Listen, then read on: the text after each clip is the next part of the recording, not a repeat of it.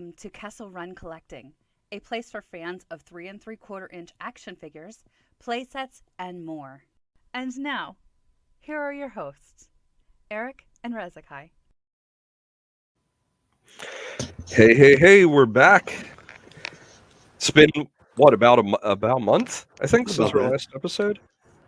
It doesn't feel like it's been that long, but I think it has.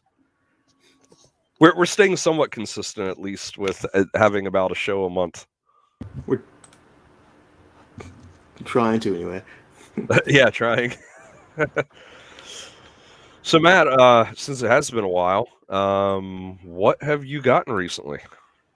Well, let me think. You had mentioned you got the Navarro Cantina? Got that today, actually. Have you opened it up? Just did it a few minutes ago. It looks like it's a nice, sturdy little playset, and I like it a lot. I haven't. I'm playing one of these '80s board games, trying to figure out how all the little vials of alcohol go into the different little placing stands and things. I'll figure that out later eventually. It's pretty good. What else do I got? I got that. I haven't got a whole lot, and I got the archive collection book about 2 weeks ago. Maybe 3 weeks ago now. It just came in. I think I got I might have mentioned this last time. I got my 4-pack of Rebel Troopers. Oh, yeah. Hasbro Pulse. Yeah, I had gotten my my Rebel Fleet Troopers. I don't remember if I got them before or after the last episode. Well, pretty nice solid set. You know, I hope they continue with that. That's a really cool format. It would be smart to do the Cantina band members like that, since they're coming out with figured in. So yeah, I would think they have to have some sort of group pack, because I thought I saw something where it looked like he was only going to be packed one per case, and that's crazy if that's true. Yeah, I think that leads me to believe they'll be either solid cases or he'll be in a group pack, one of the two. Because the recent reissue of the Echo Trooper was one per case, but they also sold him in solid cases, like the upcoming 501st is going to be. So yeah, I would imagine they would have to do something, even if it's like an online exclusive. Because I could see them doing that, and then like every e-tailer sells out because people are ordering multiples. And what would really, I think, frost people's behinds is if they said we limit 2 per customer, and everyone's like, ah. Everyone shows up at Hasbro Central with their torches and pitchforks. As you know me, I'm an armory builder, so when they limited the 2 per customer on the 4-pack of Stormies, I was doing my best Netflix free week trial impersonation, making a bunch of different accounts with Hasbro Pulse and trying to get a couple extras. Well, at least a limit of 2 there is a total of 8. So yeah, true. That's not too bad. So yeah, I'm hoping they release him where you can get, like all 6 or whatever. I've thought for a very, very long time, I cannot believe they took this long to redo the modal nodes. I mean, how many years has it been? like 20? Like 20 yeah, years? something like that. Or something. And not only that, but they are what Hasbro always talks about. Iconic. When you think Creature Cantina, you think the music, you think the band. I would say that the Cantina band, they stick in my head even more than, say, Hammerhead does. Hammerhead, okay, he's iconic, but he's iconic because we had an action figure of him back in the day. Other than that, he's an alien that has 2 seconds of screen time. So yeah, I agree. I mean, I would say he go ahead. Yeah, not only that, but I forget who it was. It's on another podcast, and they actually, I think it might be Galactic Figure Talk, and they have like a little montage of audio clips at the beginning of the show, And one of them is some guy from Hasbro talking about how like that mail-in package giveaway for the modal nodes was like their most successful. And it's like, okay, so you have something that has a history of being successful. It's iconic. And not only that, not really an army, but essentially an army builder type figure. It's like, why did it take them this long? But nice to know we're finally getting it at least. Yeah. You're right. It's Collecting for Your Talkers Bees podcast, and the opening bump music for it. Yeah, it was the old Star Wars fan club, mail away / I don't remember if the internet was up and running hardcore back then, but yeah, I think I had only got one, and then I'd go to flea markets and say, oh, here's another one. I'll pick up this one, and just eventually I ended up with I think I have 5, and then one of the Jabba Band 2-packs comes with a Bith, and I just substituted him. So I waited a few more years. I got one off the fan club, and I got him in that like commemorative tin that comes with 4 or 5. Yeah, and that was crazy too, because I remember getting those, and it's like, hey, look, they have elbow articulation. These gigantic, hideous joints. But I think the ones in the tin had soft goods too, if I remember correctly. Yeah, they did. Yeah. So, as far as figures go, I finally got my Hondo that I pre-ordered like a year ago. I finally got him. He's okay. I like Hondo as a character. The figures, the paint apps I think on the goggles could be better, because mine you can hardly tell he's wearing goggles because they're not painted very well. So give it a check for that. I got my Queel finally. I got my Bo-Katan. Really happy with the execution on her. I think once again, the paint apps could be a little bit better. They seem somewhat sloppy, and I got 2 of them, and they both are a little bit on the sloppy side with the silver. I picked up a second Moff Gideon at GameStop. He was discounted for like $11, and I'm like, what the heck? Investment. Yeah. I actually got 2 non-Star Wars items. I got the Hiya Toys Alien Queen figure, and that one's okay. I'm still the joints on their figures are still kind of scary. Like, they do some great sculpts, but I think they still have work to do on their quality control with some stuff. And then I got this figure I'm going to share here. This is a Fortnite figure, and never would have thought I would pick up a Fortnite figure, but I thought this one in particular, she's just called Paradigm. I don't know anything about Fortnite really, but I think this thing boasted 20 points of articulation. And I think it was like maybe $10, maybe $11 at Walmart. Not too bad. And I figured, you know what? She can kind of fit into Star Wars, like a bounty hunter. Little bit reminds me of Shea Vizsla slightly. Shea Vizsla reminds me of that new bounty hunter that was Lobot's love interest in the recent Lando miniseries about 4 or 5 years back too. Oh, I don't remember that one. I remember the comic because I think I still have it. Yeah. But yeah, so that one was pretty cool. Yeah. Anything else? Nothing I can really think of. I mean, I'm not counting pre-orders or anything. So yeah, because that's basically a lottery ticket. Like, no, hopefully don't get canceled for you. Have fun. So yeah. Oh, I got my vintage collection book, which is the topic of our show, and here I have. Here we go. Da. And as our guest tonight, we have Rich Alot, who is one of the co-authors of this. We'll bring him in. Hey, Rich, how's it going? Are you muted? No, he's not muted. Rich, you Yeah. there? Did you mute your mic?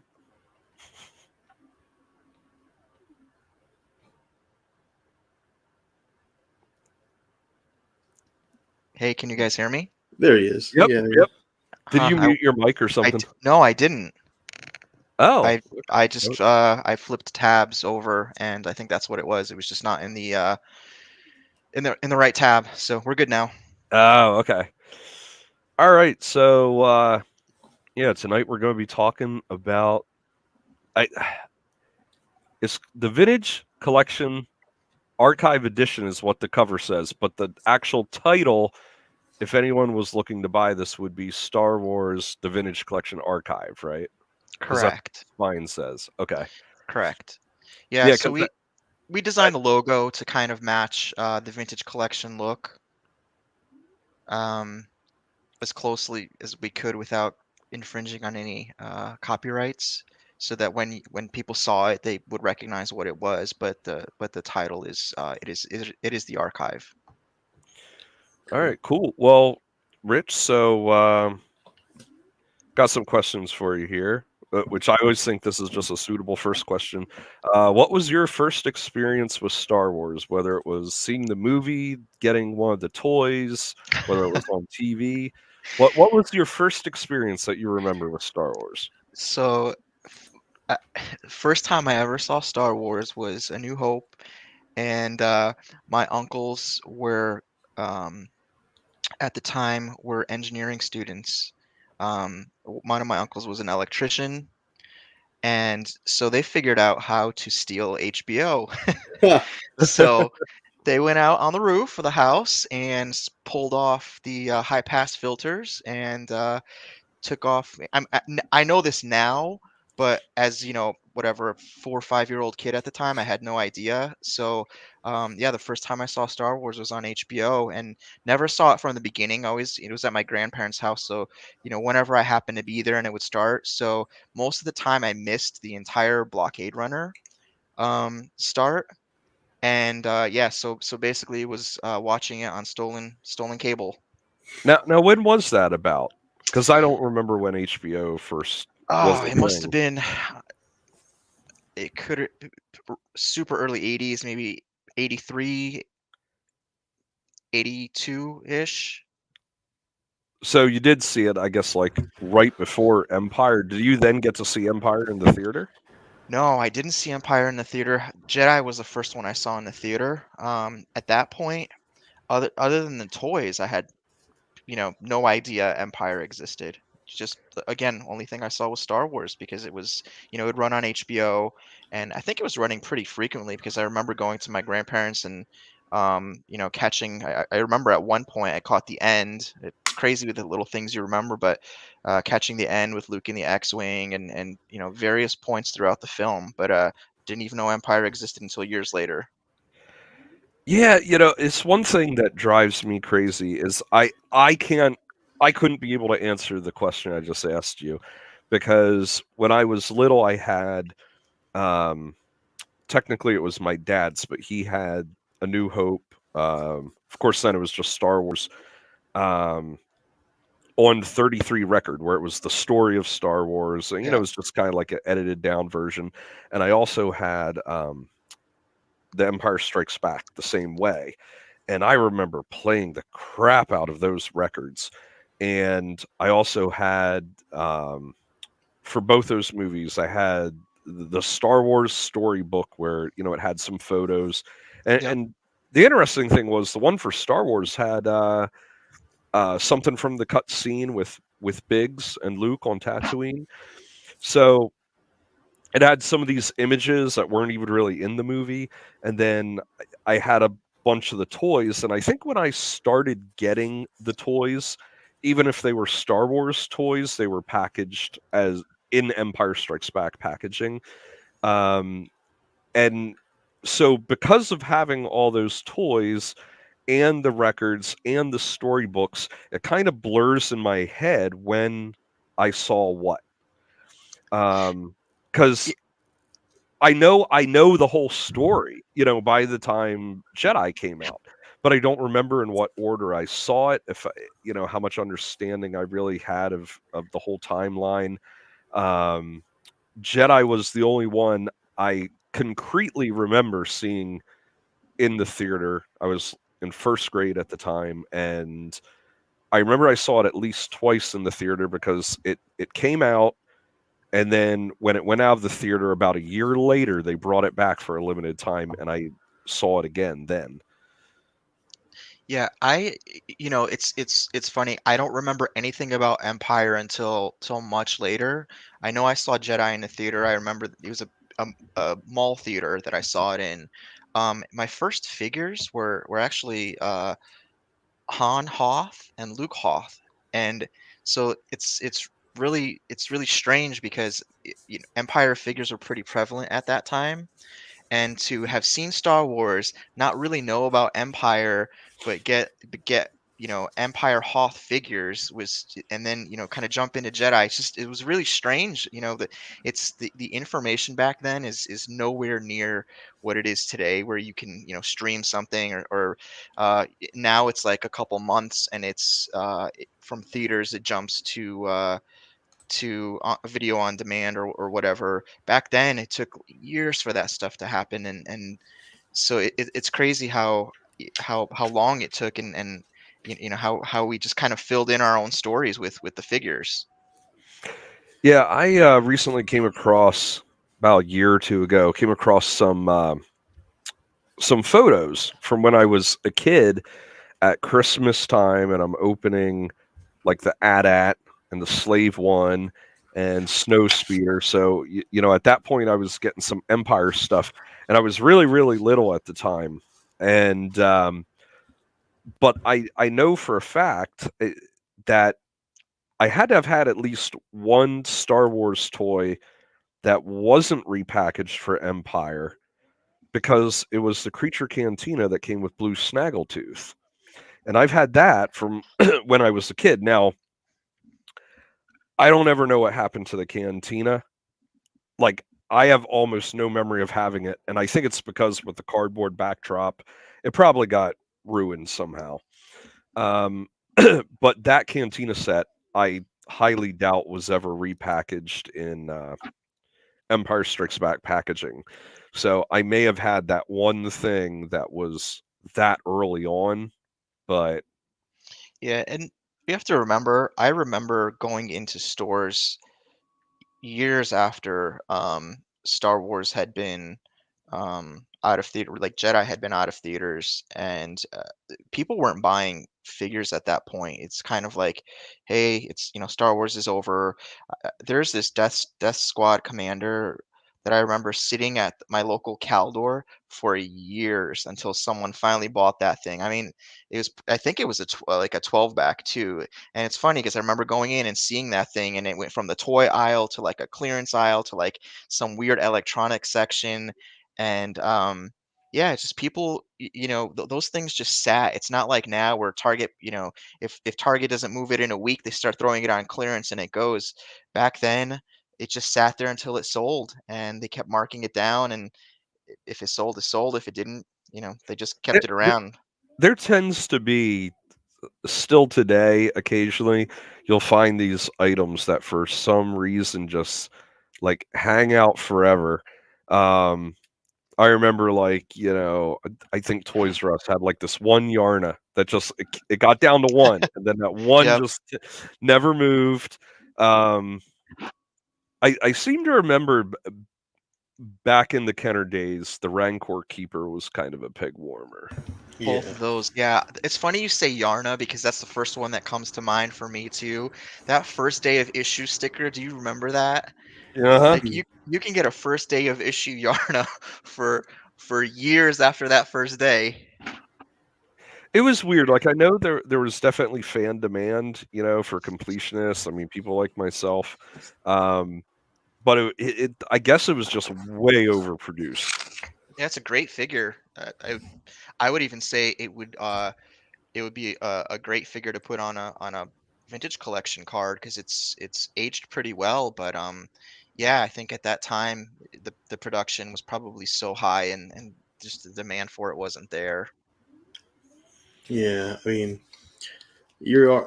I guess I would thought like the demand for the completionists love it, like I would love it, but your kids that are growing up during the Clone Wars, they're asking who is this, unless they were like really watching Return of the Jedi hardcore. And then again, you're at getting a dancer, so it's not like the kids are going to be like, oh, who does she fight against? And I always try to think of the general public side when they're buying an action figure, which is horrible, but that's why. That's why when I see like a background character, I'm like, man, please do good, please do good. I want you to Yeah, to me, I always find a character design is good. You know you have a good character design when you see it on screen and you say, please give me the figure of that character. Yeah, the interesting thing about that figure or that character is that it was one of the few Kenner sculpts that was, I think it was sculpted up. I think Mm. Steve Sansweet has some examples of it, some parts and pieces, maybe a full figure. I'm not sure. Um, that was sculpted, that was going to eventually end up in the Kenner line, and never did. And so I would have thought that releasing it a couple years down the road, or a couple decades down the road, um, had knowing that history, having Star Wars collectors who gravitate toward that kind of stuff, would have performed a little bit better than it did. Yeah, it always Mhm. surprises me that they never did a vintage Tarkin in Kenner. Yeah. Um, that They had plans to though, in that like after the what was it the universe that what was it the Kenner proposal that was going to go on after Return of the yeah. Jedi? Yeah. Yeah. Well, I mean, they definitely kept very much to the movies coming out. Yeah, stuff like stormtroopers, they could repack and carry them forward into the next movie. Han Solo, stuff like that, maybe. But well, I guess not Han Solo because his costume changed, but like Chewbacca. Um, so to go back and do some of those older characters, they kind of did, I guess, in Power of the Force because they did Luke and Stormtrooper disguise, but all the other ones from Power of the Force were from Return of the Jedi. No, I And think was Simalu or the Gunner. I thought there was one or two that were also. well, I guess the Gunner appeared in both Jedi. No, a New Hope. I don't. Yeah, New Hope had the Gunners. Uh, and then but they were also in Jedi. I think they Well, actually might have reused some of the footage but too. was the Imperial going to offer on Return of the Jedi card though? Is what I'm asking. Like, I don't think. Oh, you're talking about movie linear. Like, I got you. Yeah. Yeah, How okay. how Kenner, they pretty much, when a movie was out, all the figures they were making were from that movie and packaged to it. The Um, um the gunner was it was based on the Star Wars design because it didn't have that flak vest, that catcher's vest, yeah. um, a Well, part of the well, the costume. design was different in Jedi and in A New Hope, because Well, in Jedi they actually had hard armor. well, Right. some of that was reused footage. I thought because I thought that the Gunner's armor got turned into the pauldrons for the Sand Troopers and they painted them Yeah, up. yeah, they did. Yeah, it's like a catcher's vest from It's like a baseball catcher's vest. okay. Yeah, I remember some of that. I don't remember exactly what the order was. They shot it and reused extra footage in, but that's what I remember because I remember seeing one, seeing one actually used normally in real life, and I'm like, oh, and they were doing the example. I can't remember where I saw that at, but like, oh, they talked about how it is used for the pauldrons. I was like, oh, that must be interesting. So, Rich, what is your personal collection focus? Wow. So I've been collecting 3 3/4 since I was a kid. AKA the correct scale, right? No. I do have it's funny. I do have some Black Series, Yeah, um, I do too.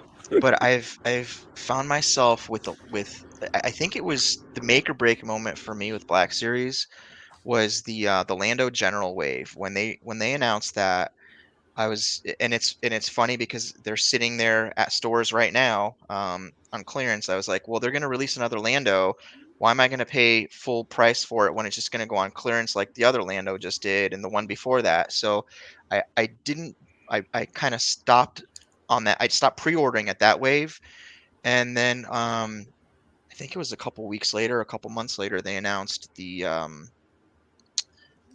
Cantina set, and just the part reuse to me was just like, just not a fan of it. Not I think they look good, but I could easily pick out the parts that they reused, for the tooling, and I just was like, and pretty much stopped buying them from that point forward. So yeah, 3 3/4 has been my focus, and the other thing that I've been collecting has been the Hot Toys stuff as well. Hmm. Oh, that yeah. You get Hot Toys stuff. You can't afford to collect them anymore. Lines. Yeah, they're crazy expensive, but they're so amazing. I mean, I'm looking at the Tarkin right now in a shelf right here, and I mean that thing just looks incredible. Like just the likenesses, and they're pretty amazing. What kind of drives me crazy with the Hot Toys stuff is, Hasbro, they always say, oh, well, we can't afford to do this, we can't afford to do this, or these background characters. But yet, Hot Toys, granted, it's a higher ticket item, but they're doing soft goods and all this stuff, and they'll do background characters from stuff long before Hasbro gets around to them. And it's like, what's funny, they managed to, get some of these more obscure figures out. Yeah, I think part of it is that body that they get to reuse, over and over again for the most part. So I Which think is that true helps because them a little bit. because they don't actually do a lot of alien characters now that you mention it. Yeah, I'm looking at, and no, not really. I mean, they do armor, the clothing, the cut and sew on that stuff is probably it's not cheap. So there's cost probably that evens out when you kind of design and development, but it's not like they're producing completely new sculpts with every single item for from head to toe.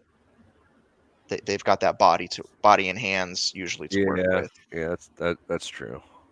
So I mean, that's a ton of tooling cost for anything you're getting injection molded. Yeah. Yeah, I'm kind of limited on the Black Series stuff.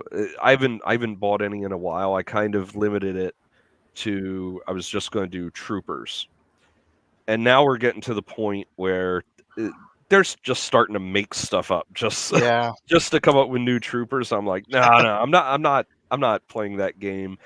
I got the original bounty hunters, Boba Fett, IG-88 and stuff, and I got very few outside of that range. I kind of expanded since I had a lot of Imperial stuff. It was like, okay, well, I'll get Thrawn because I'm kind of a sucker for Thrawn and that EU stuff. But the sculpt on that looks great. And I'm a droid fan, and that comes with an interrogator droid. So okay, I'll do that. And General Veers, well, that's kind of armor, so okay, I'll get that. Yeah, you slippery slope. You fell down that slippery slope. Yeah, I got the Rebels crew simply because that was the only way you could get them realistic style. But what got me started to buy my first Black Series was I looked at it. I said, they look awesome. There's no need for me to get them. I'm not going to start collecting another scale. But at the time, it was a barren wasteland for 3 3/4. Yeah, it was. And so it was I'll pick it up just to have something to buy.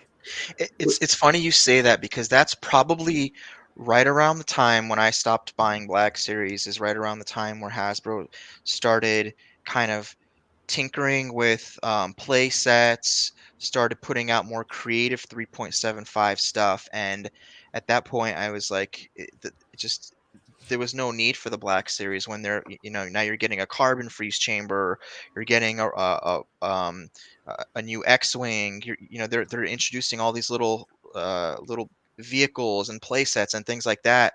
So at that point, you're like, I'd rather have that kind of stuff than just a figure on a shelf. Yeah. When they started redoing the play sets, we started with the Java's play set the year before. Yeah. And then came the car, which I know a lot of people at first were skeptical about the carbon freeze play set. You had to buy 2 of them to make the full ring.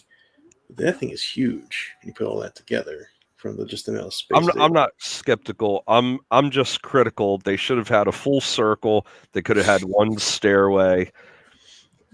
There was no excuse for that other than to cash in. That's purely what I think that was those were tests. If you look at the evolution of those, so the Jabba's playset, it's missing the tables, it's missing some of the decorations.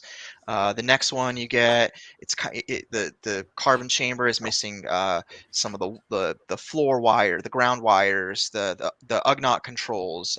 You're missing little things here and there, but now with the Navarro Cantina, they're including all the flasks and glasses and all these additional add-ons that weren't there. I think there's a confidence that's built up in that stuff, and with the Jabba's Palace set, or Boba Fett, I think they're calling it Boba Fett's throne room. I mean, you just get everything. I mean, you've got a little lizard monkey that roasts on the barbecue. They just went all out on that. So I think it was just they were testing to see, okay, will this work? Will collectors like it? And it's evolved to, okay, we know it works. Let's, we can include more stuff because we know that there's an interest in it. Well, in the book, I think one of the people from Hasbro had mentioned the Jabba play set with the Haunted Carbonite, and what kind of inspired them to do that was all the people sharing toy photography. Yeah. So I know when they first came out with that and the Tanaviv hallway and stuff, I thought it's kind of interesting, the not technique, but the concept behind it wasn't so much a play set. It was a place to display your figures. So it definitely was targeting more of an adult audience, where you didn't have it loaded. It didn't shoot missiles out from behind the carbonite block or something. So I'm just glad that they're actually delving back into that a little bit more. Yeah, I think toy photography has played a big part in us being able to get play sets, because I know we've been asking, as collectors, we've been asking for years, and the stuff that we've gotten, you're right. I remember those Power of the Force play sets that had everything had a cannon on it. Everything is these giant projectiles. Some of them weren't bad, like that. The Death Star Escape was a nice set, but then you have that giant projectile that it fires.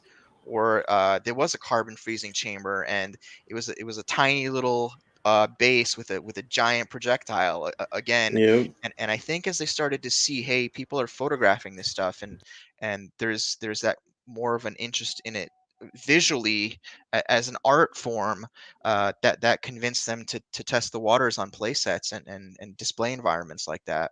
An interesting thing about that Tantive play set, if you remember, I think it was San Diego Comic-Con. I want to say it wasn't the last one, that was the one before that. They had this entire 6-inch Black Series world that they built from it. I think it was A New Hope. One side had the Falcon, another side had it told us the story of Star Wars. If you look, there's a scene in one of the top left corners, and it was a 6-inch version of that playset that they scaled down and made into the 3 3/4 line. Well, I mean, I'm sure it just exists as like a 3D file somewhere. Digital file. Yep. Yeah. Yep. Yeah, that's. I think that's when they got the idea, when people first saw the wet-haired Luke from the trash compactor, isn't it? Yes. Yep. That's where that came from. Yep. Yep. Yeah. So I totally forgot about uh, that Boba / Java throne room. I actually want to discuss that with you guys. What are your thoughts on it? I I thought it seemed rather overpriced, but by the same token, I think that's one of the reasons Hasbro has it as a Pulse exclusive is that they can cash in a little bit harder because now you have to buy it from them. It's not like you can wait for a sale or go elsewhere. I think it has a decent amount of accessories. Um, I know for me, I'm in the process of rearranging some of my displays, and I was days before that drawing up AutoCAD drawings of how I could manipulate and arrange a throne room set to include that backdrop. And I've had people for a number of years ask me about like making the barbecue, and I know there's already a bunch of people that make the Boba Fett throne and stuff like that. But for me, I said it seems a little salty, but you know what? That's time I don't have to spend working on that diorama, and I can work on something else. So I ponied up the money put down for it. I think the wait time is ridiculous. They should have just waited maybe a little bit closer to coming out because it's not like they were doing it as a HasLab. So I think what they're doing with the wait times, and I know a lot of people are frustrated by it, but I think what's happening is you're seeing, and I used to work for Tamashii Nations, and everything through Tamashii Nations was based on pre-orders. So they collect the pre-orders, and the production runs are based on the amount of interest in an item, and then future items are based on that. And I think what Hasbro is starting to adopt, what they're starting to realize is, hey, if we overproduce something like the Black Series General Lando we talked about, it's going to sit on pegs, it's going to clog pegs, and then we're not going to be able to put new product in. So these it's kind of a double-edged sword. Now you're creating, you're making these to essentially meet demand. Maybe they're kind of going a little bit over, so it doesn't, you're not oversaturating the market, but your pre-orders are, like a year and a half out. So I understand things from both sides of it. Hmm. yeah, I mean, I guess that kind of makes some sense, but I know uh, it's one of those things where yes, it makes business sense. However, in the relationship the business has to the customers, Right. I feel like on the customer end, it kind of leaves a sour taste in your mouth that um, oh, so I'm either gonna have to pay this far in advance and hope I get it, or I might get charged out of the blue when I'm not expecting it or whatever. So again, for me, I was happy to pay the money because you know what? I don't have to worry. For one, it checks two items off my list that I'm not going to bother producing myself, and it also saves me the trouble of having to, design and build that diorama. It's like, okay, well now I can like work on a different diorama, and I know exactly how much space I'm going to need roughly for that thing they're producing. So um, I'm just happy they got it out there. Really. Yeah. Again, I think I understand. Listen, blue milk. We have no room to talk about taking long to get something out, considering how long it took us to get the book out. But I understand, from a business perspective, to kind of dial in your numbers, make sure you're not overproducing something, make sure you're taking the time to get it right. Hot Toys, being a Hot Toys collector, I think that's why, to me, it's okay because. I understand when Hot Toys takes, if they say something's going to come out and it takes another 6 months to a year for it to come out, I know what they're doing is probably going to improve the overall product. So, um, you just kind of learn to become patient with that kind of stuff. And I think 3 3/4 collectors will get there. Yeah. Well, they they certainly seem to be taking a few more risks, between doing this and like the troop builder packaging. Yeah. That, that they're actually doing some stuff that I think fans have been screaming about for years, where they're like, "Why don't you do this?" And I think now they're actually finally seeing that. You know what? Maybe we should have listened to them, because it seems like these endeavors are fairly successful. Yeah, and I mean, even the quality of the figures, I know you guys were talking about some of the things that you got recently. Um, I've been picking up vintage collection stuff, and I really haven't had a chance to open anything up. But I did break open the Lobot and Bib figures, and Ooh, they're so they're nice. incredible. Just even like the soft goods, how far they've come, um, evolving those so that they drape more naturally and they're able to do complex designs. Like that bib robe looks incredible, and I never would have thought they'd be able to do that. If you asked me 10 years ago when they were doing those giant oversized robes, if they would ever be able to do a bib Fortuna robe, I would say no, that that's gonna have to be done in plastic. And yeah, just they've done an incredible job. Now, You Rich, mentioned those, and they were actually two that I got in and I forgot to write down. But yeah, I got both of those, and they're solid. They're good figures. yeah, agreed. Rich, now there've been I love it, but I don't know if others are. I don't have a problem and actually encourage more mid chest articulation, and people have been bemoaning that kite Yeah, also. I think it looks horrible on You the mean like Lando. Lando? Yeah, yeah.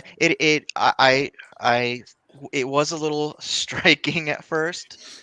Um, I'm okay with it if it's done right. I think one figure that stands out to me that really nailed that kind of mid waist articulation is that original Luke Bespin from I think it was at VCO4. Let me take a Yeah, look. that I one have the is book right in front of me. good. VC. Yeah, I Yes, it probably is should have done that. VCO4. My Yes, book's in the other room. it Yeah, is yeah, VCO4. it is VCO4. Hi, how did I remember that? But I've got it up on the screen if you guys are looking. Yeah, here. And so this is from the book. You can see that it just looks like it's part of his shirt. So I think done in that way, it works. But I agree, the Lando was a little jarring. Well, I'm thankful we got a New Hope Lando. It was well overdue. And I remember every time they would come out with, the fifth version of General Lando or the sixth version of the Skiff-Guard Lando, I'm like, hello, you're hmm. missing his first appearance, and we. Well, I have no problem with the chest cuts. I have always said, if yes, you're as soon as you get used to it, it'll be fine because you'll eventually want to be able to pose these characters and those moves. I was hardcore 5 POA guy until about 2011 or 12, and I had to ease myself into it. I think once people get, especially the photographers, I'm sure they'll use it more than anything else. Um, you'll get used to it where you'll see it and it'll just be like part of the figure at that point. Just when they started introducing more articulation to like the arms and legs, and people bemoaned, "Oh, but we can see the joints now. It doesn't look as good." Yeah, trust me. Eventually, you just slide into it. I'm sure. Well, there's been plenty of other 3 3/4 toys that have the mid torso cut like that, like GI Joe, Boss Fight. Um, Well, I think part of the issue is where they cut it.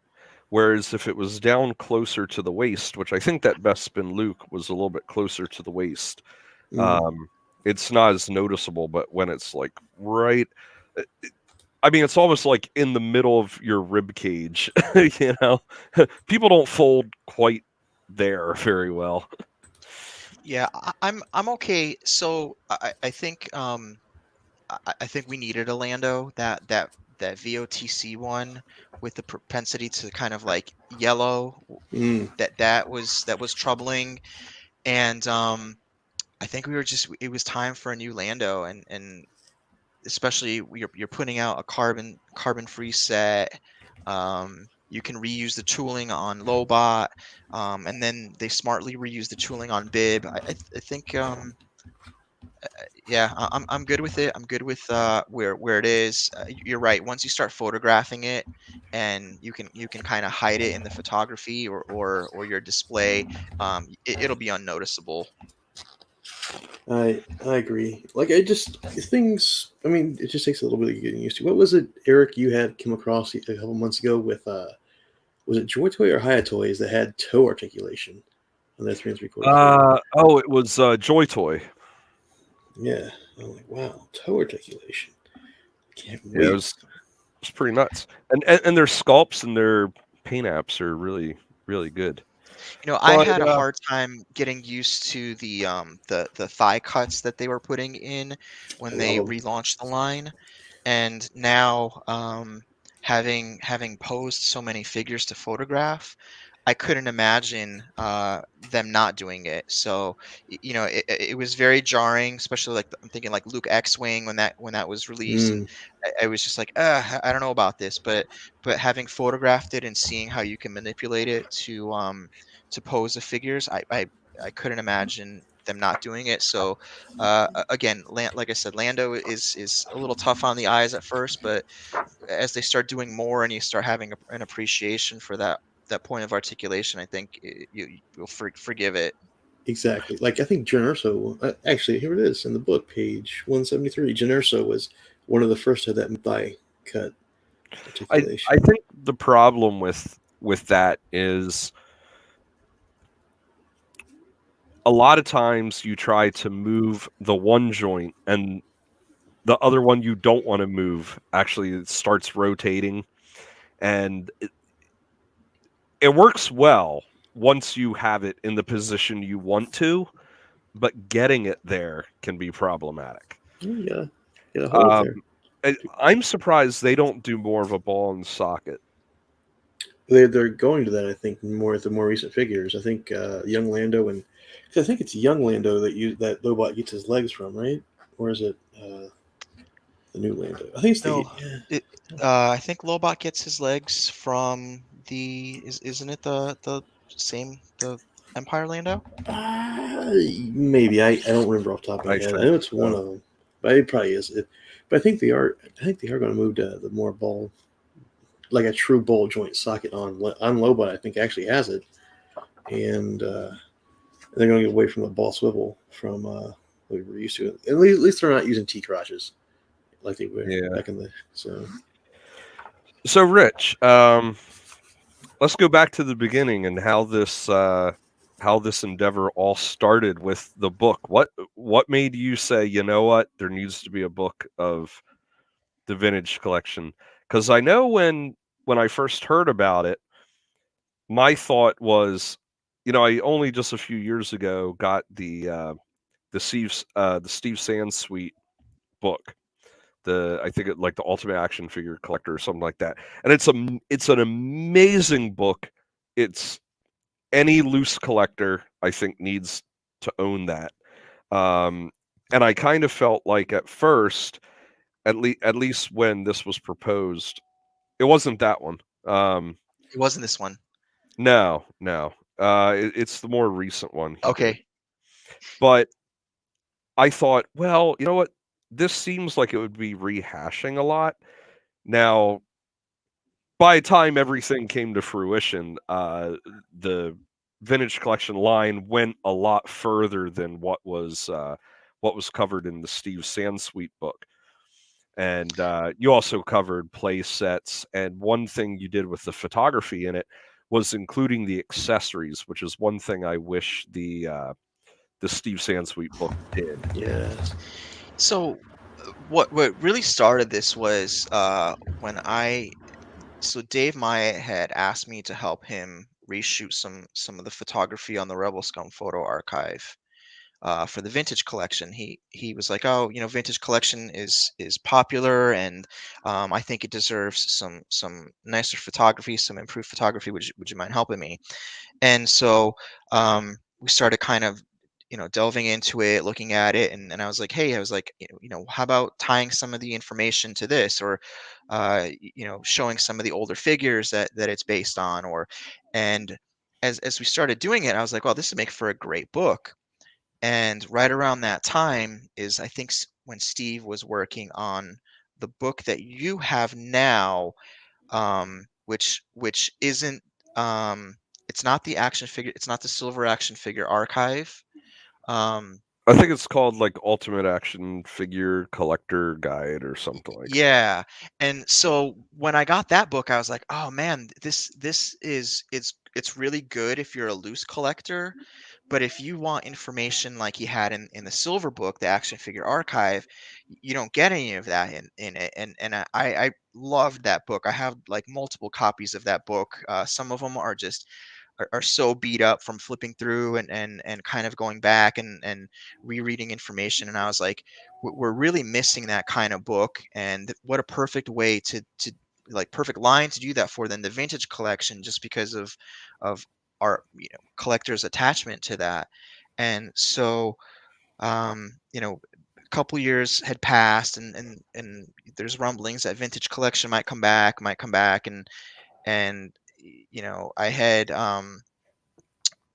I had decided that, hey, let's talk about this and seriously consider doing it, because if it comes back, there's so much stuff that we collected years ago, that would make for a great book. And we started looking into it, and yeah, here we are. Now, have you ever done a book before? No, um, like I said, I worked on some toys marketing, marketing Star Wars toys, marketing um, action figures, but never produced a book. So what was that whole like? Take us through the whole process, because you and me, we spoke on the phone a while back when I first asked you about doing this sort of thing, and I had some questions about um, a little bit more the nitty gritty about publication and everything, and um, where I said, oh, something like this would be really really cool to do. So you had it in your head, this would make a great book. What was like the next steps you took towards making it a reality? Yeah, so really it comes down to a couple things. One, how am I going to do it? And then once I have it done, who's going to make it? And I think if you apply that for pretty much everything, or then and then how am I gonna pay for it, and who's gonna buy it? So I think you can apply that to pretty much anything. So we kind of put out a plan. We actually did approach Hasbro about working with us on this, um, and we were hoping to get their buy-in, but at the time I think the movies were coming out, and they were super busy on I think it was the last was it is the Rise of Skywalker the third movie? Yeah. Yeah. I think I think they were working on the Rise of Skywalker, and so they really they could only minimally contribute and answer a couple questions here and there. Um, but really it was okay. Let's look at the software we're going to need to use, and what is this going to look like? And then going out and looking for vendors. So from my toy industry experience, knowing how you can reach out to certain vendors and get some quotes, and figure out what it's going to take, and what the kind of features you want to have, and figuring all that stuff out is really on the front end of things how we got this into production. Now I know you had told me that you actually had trouble because you couldn't find any place here in the States that could do the type of cover you wanted.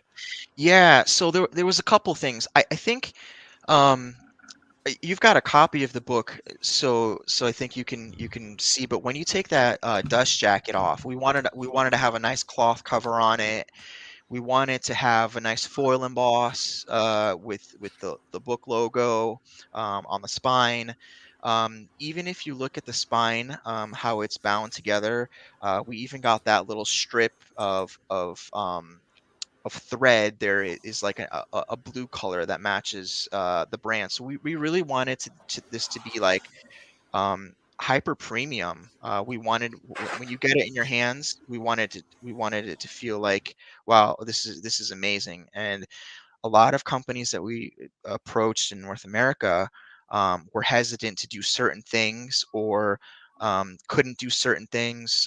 For our slipcases, for example, we went to one of the top manufacturers, where they self-acclaimed top manufacturers of like specialty boxes, and they wouldn't even touch it.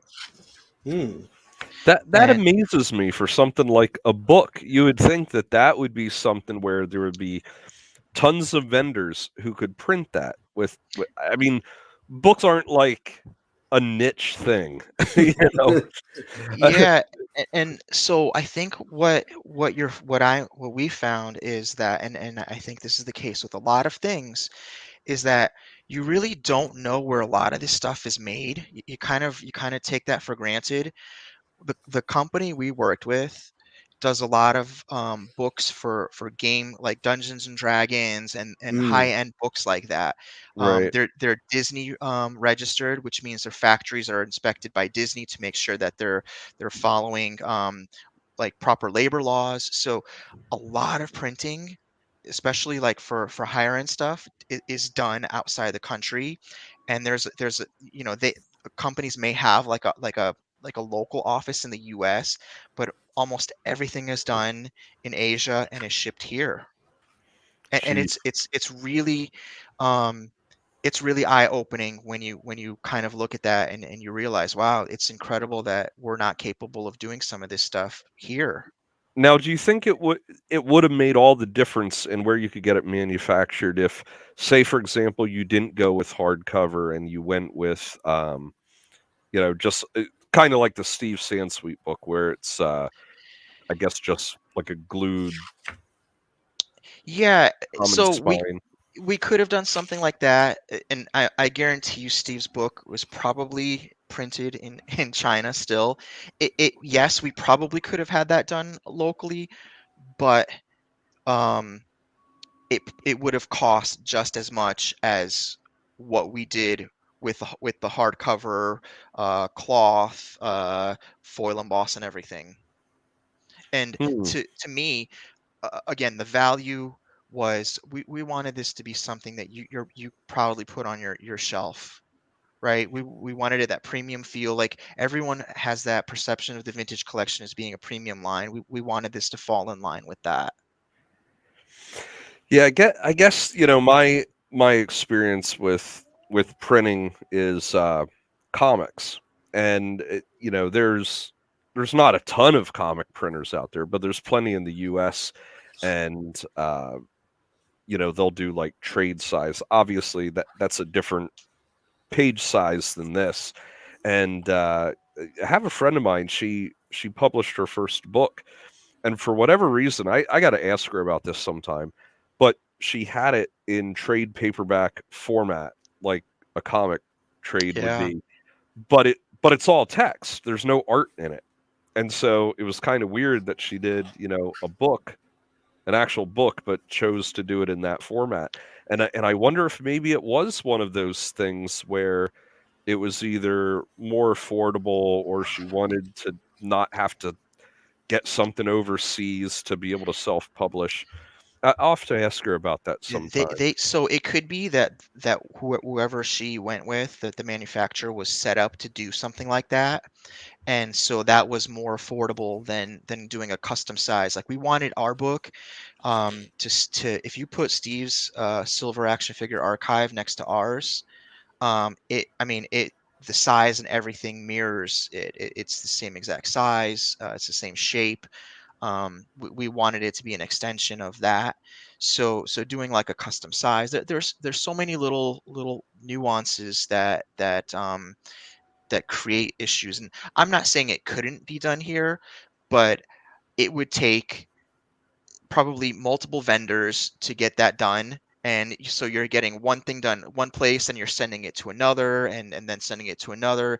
And just to do all of that was we had one place that would take care of everything in Hong Kong. And I'm actually looking at Steve's book, and yes, Steve's book in 1999 was also printed in Hong Kong. Wow. Yeah, I mean, trying to. I remember when we were talking, you were telling me about the difficulties you had in shipping and just like how much shipping is.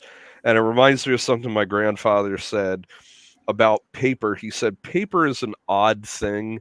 He said, you have one of it and it's the lightest thing in the world. Yeah. You have lots of it and it becomes the heaviest thing in the world. So the first thing when I remember when we got our initial preview of the book, and kind of ripped open the box, I was super excited. I remember pulling it out of the box. I was like, wow, this thing is super heavy. Did you get that impression when you pulled it out of the box? I kind of It does knew have some weight to it, yeah. just in the fact it was hardcover, Right. and I was impressed with all the work that was done, and I actually do have a bunch of notes about things of interest I found in it. Whereas like the Steve Sansweet book with the loose collector one, here's a photo of a loose collector the way you would find it if it was thrown in a bin at a flea market. Um, it doesn't have any of the packaging photos or anything like that. Right. Whereas this, it shows you what the card front looks like, what the card book. So whether you're a loose collector or a carded collector, this book will show everything, all the accessories that should be with the figure.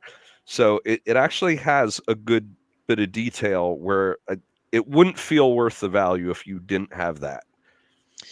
Yeah, and I think another thing that we made made sure we included, if you're a carded collector, is a matrix. And I've kind of had it from gotten my head above water a little bit between packing and sending books to kind of look at comments, and most of the commentary is about the actual stories, about the figures or the vehicles. But I think later on down the road, when people start looking at cards, they'll appreciate the matrix at the end of the book that shows all the different variations, the offer stickers, errors, print changes, and things like that, that we included at the end of the book for carded collectors. I'm looking at it now. Yes, it's a wealth of information. It's like So what I now- call out. Go ahead. Oh no, go ahead, Matt. Was on page 5, the packaging icon key. That helped me because I wasn't around for the original. I made the mistake of deciding to pass on the vintage collection originally, thinking I was more of a still in that less articulation phase, and I didn't know about all the authors and the packaging icon key on page and how to use the book at the beginning is a godsend for me because I had to file through so many pages of Facebook fan groups to figure this out. So, Yeah, we wanted everything to be there really easily, super accessible. So you flip to whatever figure it is, you could look at it, you can get a little bit of history about it. We interviewed a lot of the designers, and sculptors who worked on the stuff, what their thought process was, and then know, okay, you can get it on this kind of packaging, and hey, sometimes it comes with a different color lightsaber blade, or we just wanted to capture all of that, so you had that available to you on one page, and it answered all of your questions about your figure you're looking at. So now when you decided, you're like, hey, this would be cool to make this book, did you have any apprehension about what you were allowed to do?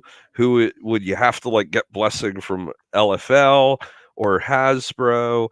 Is someone going to want to get their fingers involved that you don't want to get involved?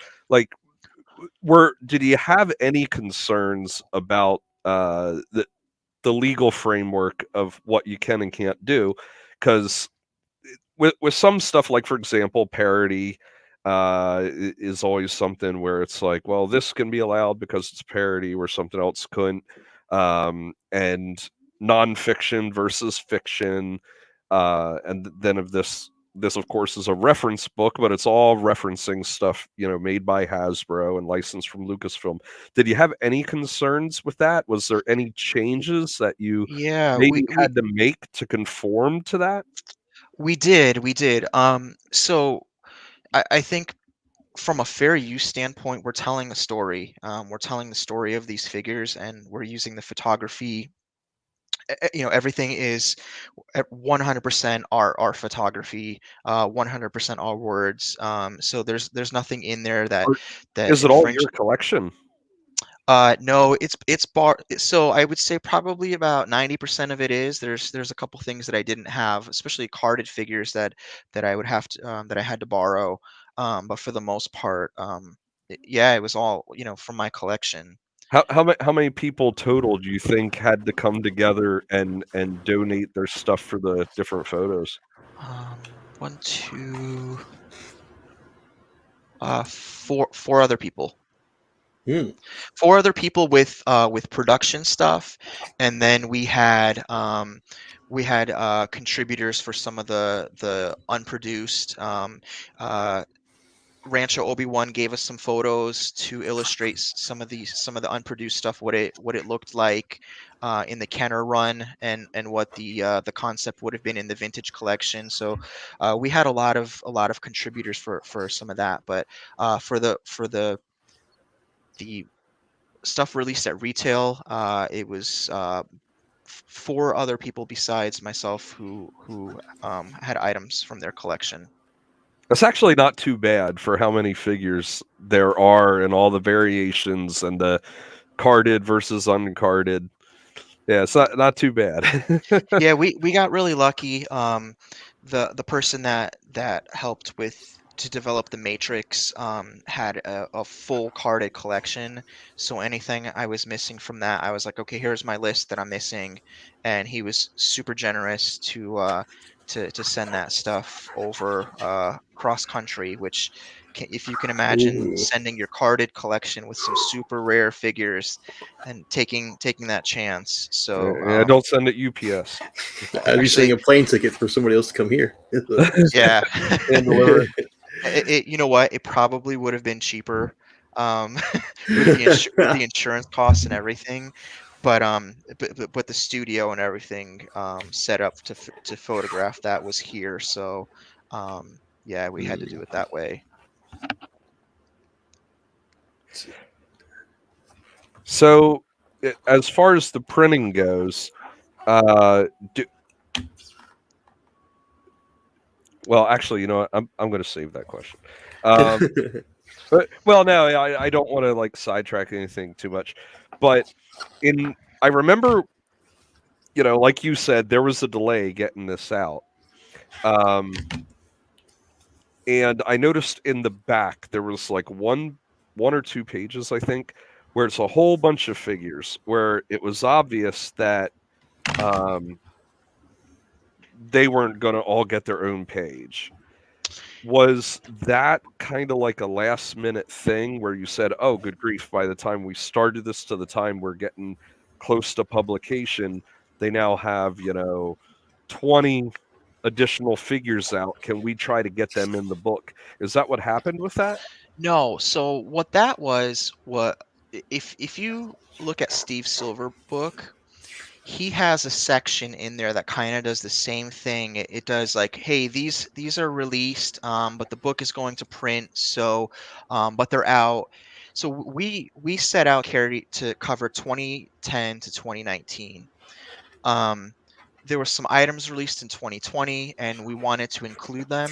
So that was really kind of continuing that precedent that the Action Figure Archive had set in just having those included as part of it, and saying, oh, by the way, the line's not over, it's continuing.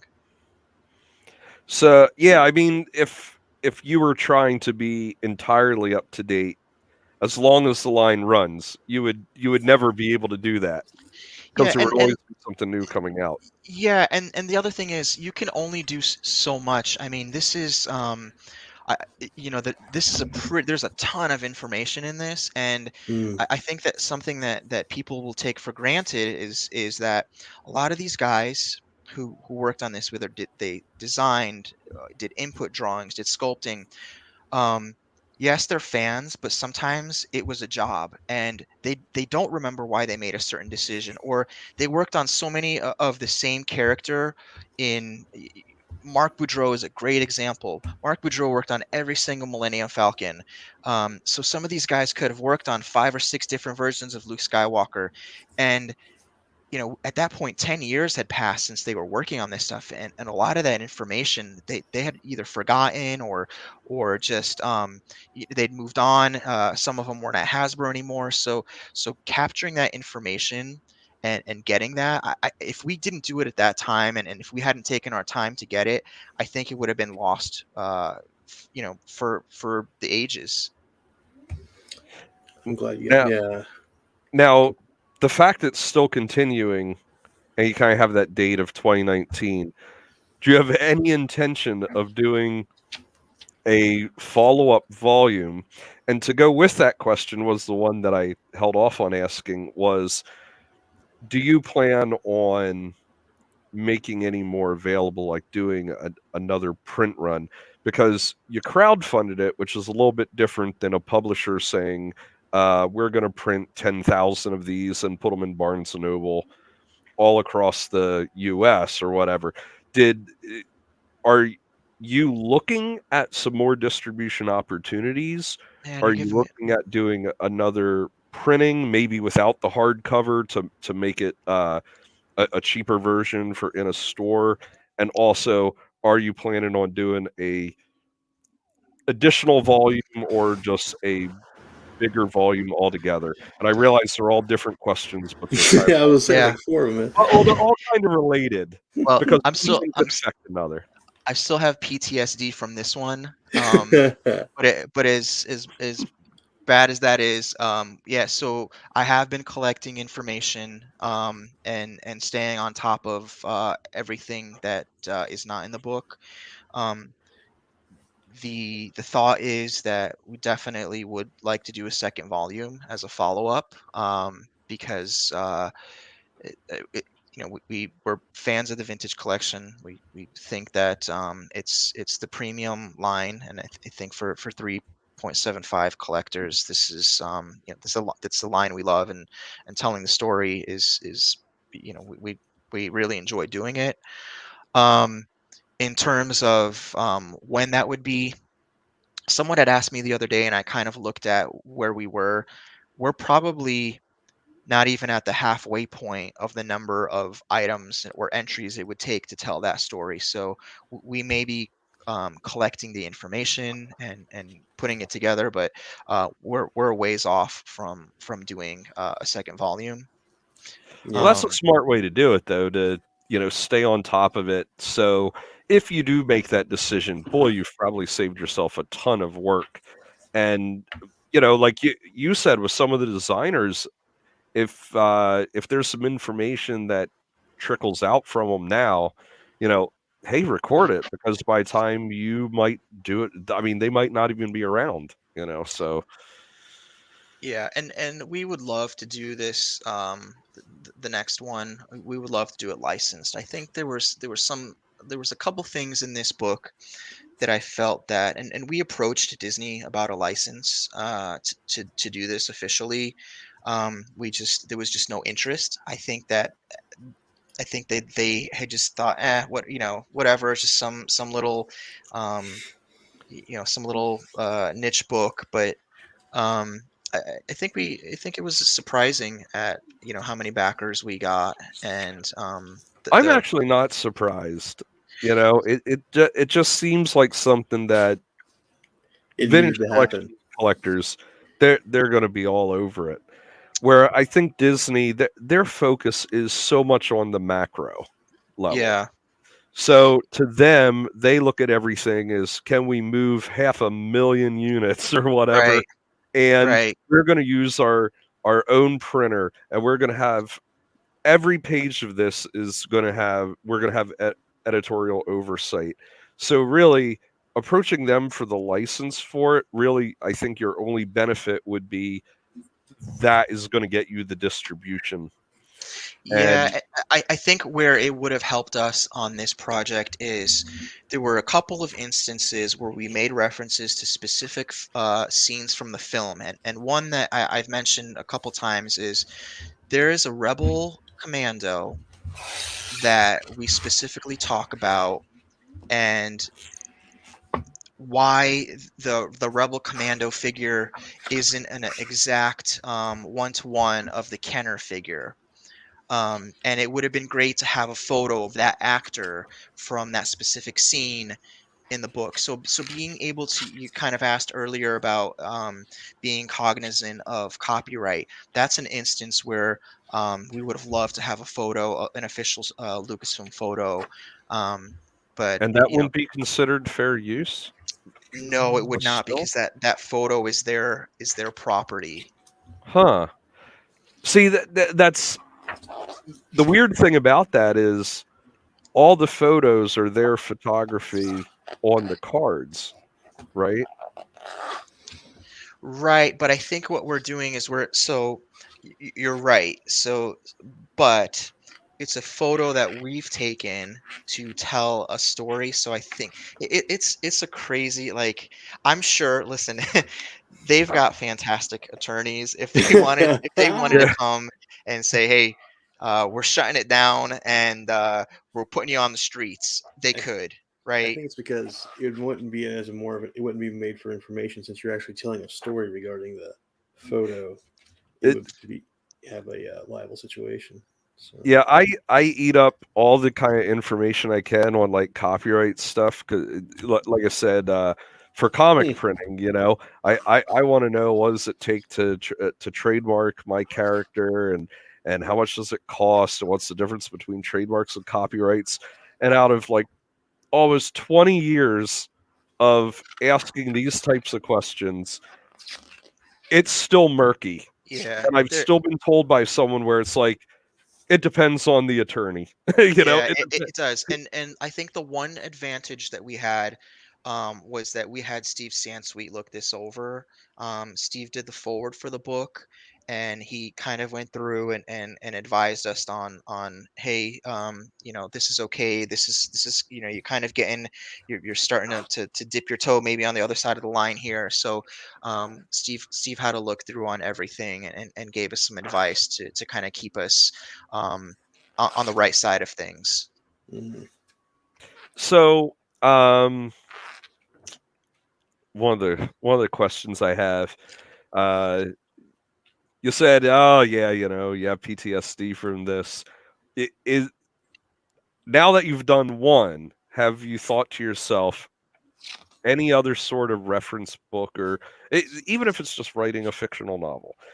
Have you thought about doing anything else in publishing under Yeah, Blue Milk? Like yeah, even if it's completely unrelated to Star Wars. yeah. I would love personally to do a Batman animated series book. ooh, nice. Like Um, like an but art of type thing, or no, like a collector line. So DC Collectibles just wrapped up the Batman animated series line, and I think that it would really lend well to kind of tell the history of the series, talk about some of the Kenner stuff, and then kind of do a deep dive into why the DC Collectibles team decided to do the characters they did. I think that there's a really cool story there.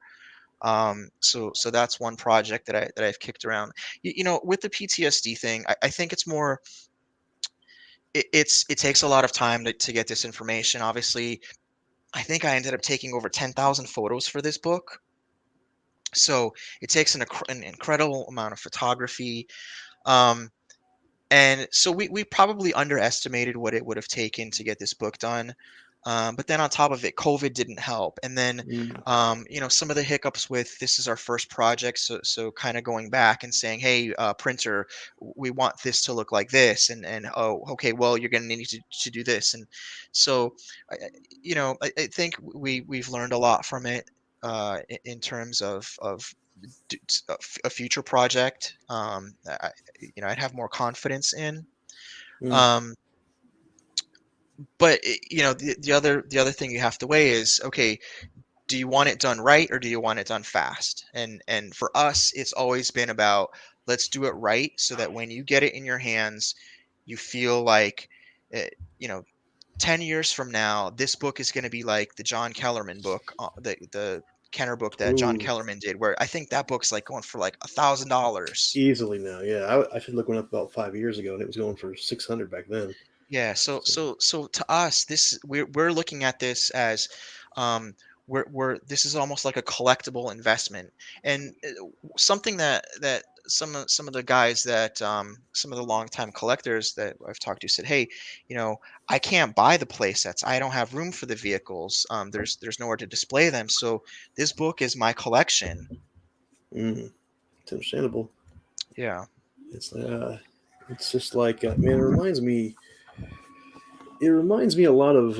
Well, you said you used a D&D printer, like 5e came out like 8 years ago, but they're still always putting appendix books out every few years for different monster mashes and stuff, and that's how you keep your reference and everything. It's and like you said, it's like guys say it's their collection, but it lets them understand what is out there. So if they ever decide, like, as I didn't know about half the stuff, like the Lost Line, I didn't hear about that until like a few years ago. I had no idea what they were talking about on the Lost Line.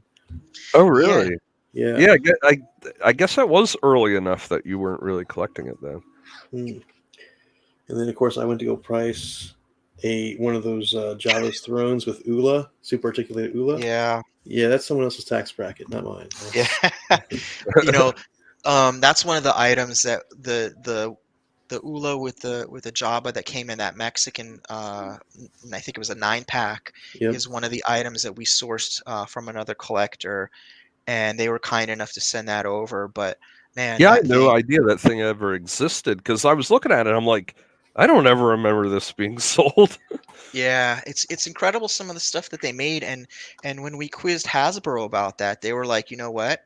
The Mexico team probably decided that they had inventory to move, and that was the best way to do it. And in the U.S. we didn't have any oversight on that, and so that's how it happened.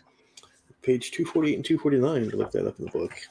Yeah, and that Java, Red they really box. really should release that set in vintage.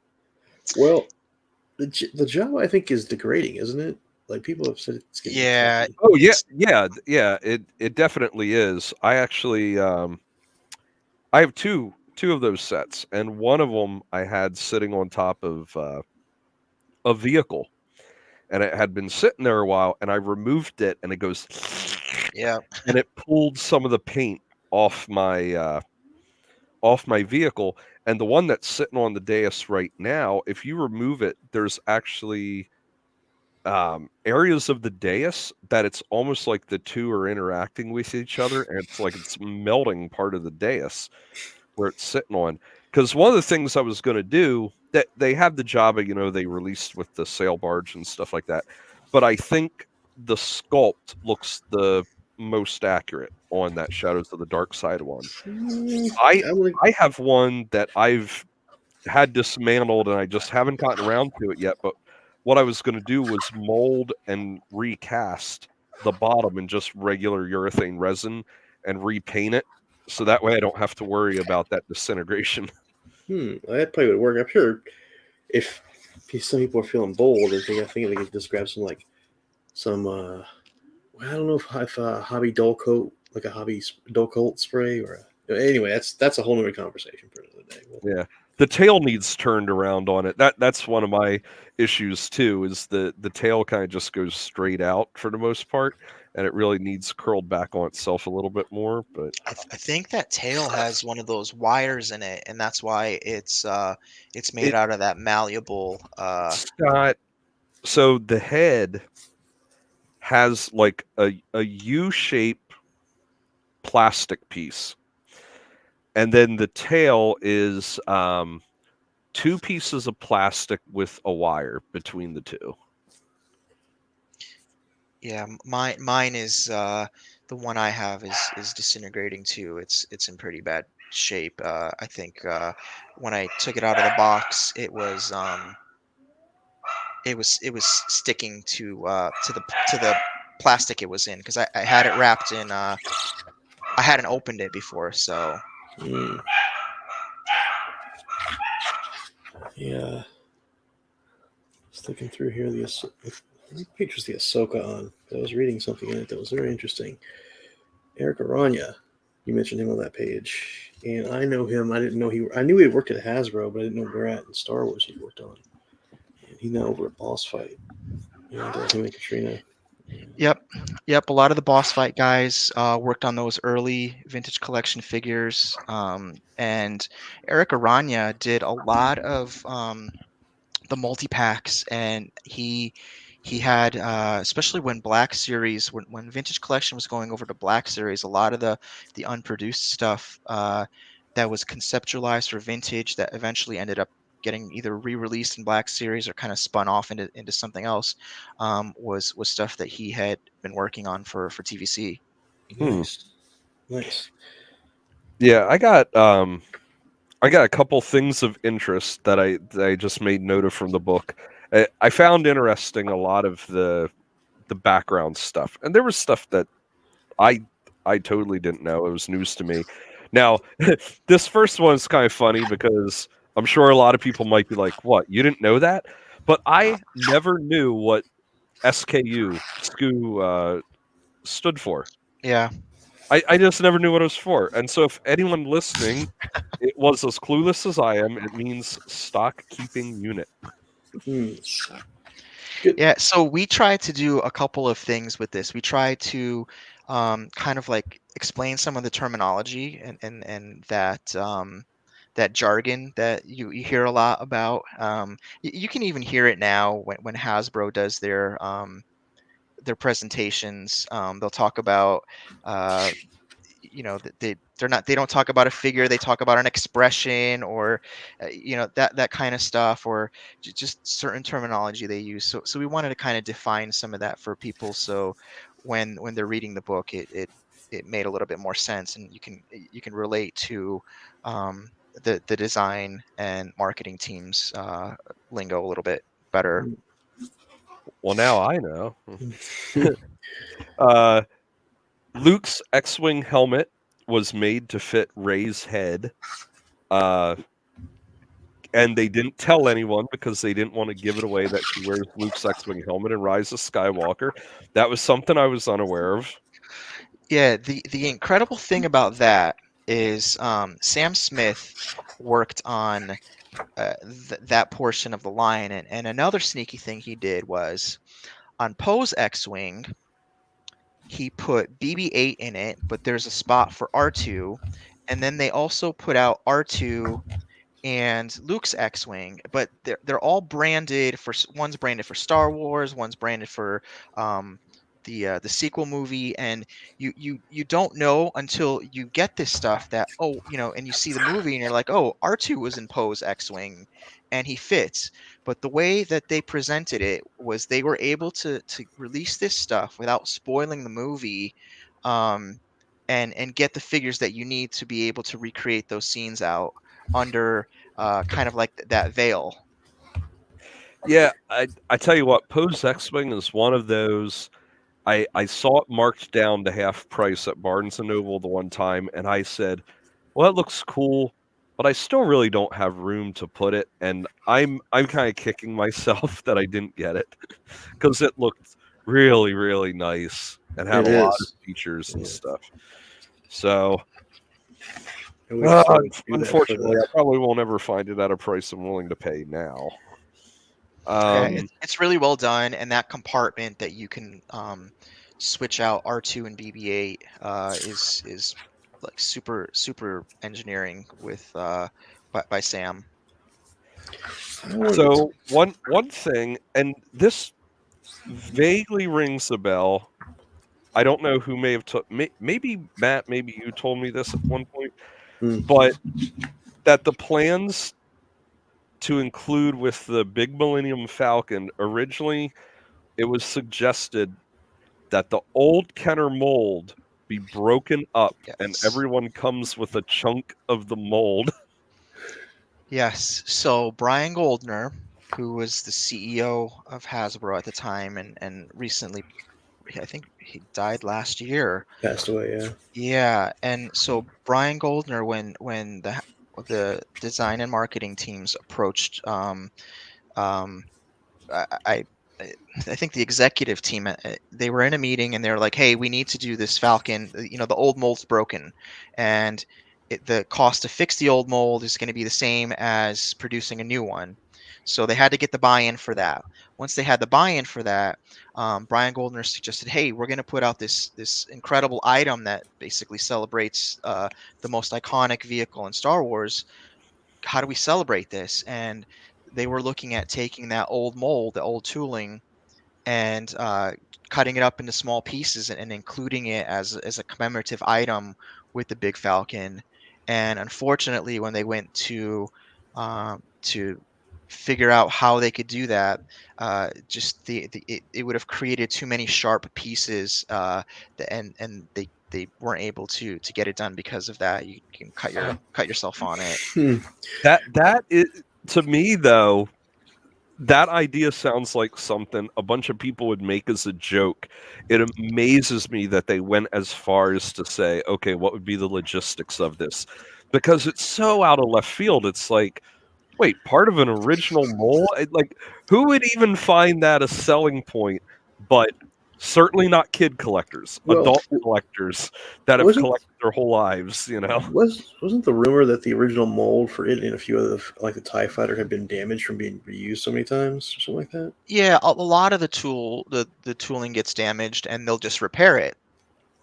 With the Falcon, um, it had some cracks, and the team had, some of the team we interviewed said, yeah, we probably could have repaired it, but we wanted to make a new one. So we kind of positioned it as, well, it's going to cost a lot to repair, and why not just, let's just make a new one and have And boy, a did they. big Falcon. Yeah. Hmm. And as crazy as the idea sounds, I think it could have been cool if they had it, some kind of special stamp. I mean, they've done coins, they've done freeze frame slides, they've done, so including a little piece of commemorative history in there. I think it could have been a cool thing to do.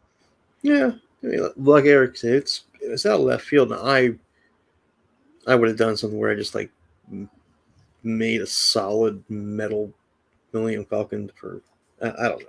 And I maybe melt it down and make a coin out of it or something. Yeah, I don't Oh, know. yeah. You know what though? I think what I appreciate from that is, you guys kind of said it's out in left field. Sometimes that just having the ingenuity to do kind of out in left field stuff is what makes this line great. Mm. Here's what you do, and there would be very little cost. You have an accessory that comes with the Falcon that is a Millennium Falcon mold, but it's scaled down to the size of the action figures. So, things like maybe half an inch by half an inch or something, And they get toys for the toys, like Empire Toy Works does. Toys for the toys. Yep. Yeah, yes, there you go. uh, I another yeah. another thing that kind of caught my eye was, they went to the face printing technology, and I had always wondered, I'm like, okay, well, how do they do that? Are they using like a laser and like zapping it? How do they do it? And then they described it in the book. And the interesting thing, the job that I worked at for like 18 years, at one point bought a machine like that. It was referred to as a pad printing machine. Yeah. And yeah, it kind of just has like this rubber nose on it, and it moves. It touches down on this ink pad that um, has almost like a template, or well, like a masking thing. So it's only picking up ink at a very specific point, and then it moves over to whatever item you have, and it stamps down on it, and then it goes back and it repeats that process with each part. And we never really got full use out of ours because we had very, very narrow tolerances for what we were doing, where everything had to look, pretty much dead on exactly. And they just never got the pad printing machine to work the way they needed it to. So it was kind of interesting to see that that's the way they actually do it. Yeah, it's a cool technology, and it's one of those things where if you if you're looking at 2010 to 2012, you're like, well, how are they ever going to make these things better? They've got all the articulation. I think the paint for the most part in that line was pretty well done. Hmm. And the answer is, hey, we're going to make these things look real. We're going to base them on the actors' actual portraits. Well, what So interested me was we had that machine for way, way, way longer than Hasbro's been doing the face printing. So to me, I was viewing it as this is technology that is new. And then to read that, wait a minute, it sounds like they're essentially doing it the, the same way or using the same kind of technology that's actually been around for a while. Now, they may have figured out a different way to do it, like maybe the type of nose is more spongy or something, so it conforms. yeah, Maybe there is something a little bit newer involved. so I think for the most part, and this is just kind of my gauging some of the interviews and some of the commentary is, I don't think a lot of the technology in is novel. I think the application of the technology is what makes it unique. So, a paint wash is going to be a paint wash, but how you apply the paint wash or how you mix the paint wash with something else, um, and that's what they do is they're taking techniques that they've established and kind of refining them to improve on the end product and make it more consistent, make it more um, to make it more enhancing of the figures and vehicles, and I think that's where the difference is the application of these different things. It's not necessarily that they're new, but they're being used in a way that makes them more accurate or more precise. Hmm. I I had a quick question. And I did not. I bought the book after the Blue Milk campaign had ended because there might have been some financial situations going on. I wasn't exactly ready to go yet with it. So, and I bought it after the fact. So I didn't get all the tiers and all that. I was not aware you guys were going to do the 4-page pullout for the BMF and the barge on the back side of that. That Yeah, is so beautiful work. Yeah, so that is in the book. So there were a couple things that were stretch goals that we included in just the regular book. I know Big Bad Toy Store got their allotment in, and they've been shipping them out. That's where I Um, got mine. but some of the things that we didn't include that we only included for backers were all those chapter break photos, Mm, which we some of the guys on there. Plastic Action, Work More or Less, Nose Rain, um, Toy Arc. Those guys, they did some incredible photos for the chapter breaks. mm, And we took those and we created a folio that's kind of looked like the old Ralph McQuarrie folios, and it was just their photos without the text overlay on them. So mm, that was one thing we did, and then we worked with Kim Simmons to recreate some of the posters that he had done in the past. Specifically that Star Wars is Forever silver framed poster that had the trivia on it. So, um, we wanted to really reward everyone who had the faith that we'd get this book done and deliver on the quality. So we added those items in there. I like glorious. this one. What's this one? Oh, I That, yeah. So Alex the from throne Toy looks Arc. familiar.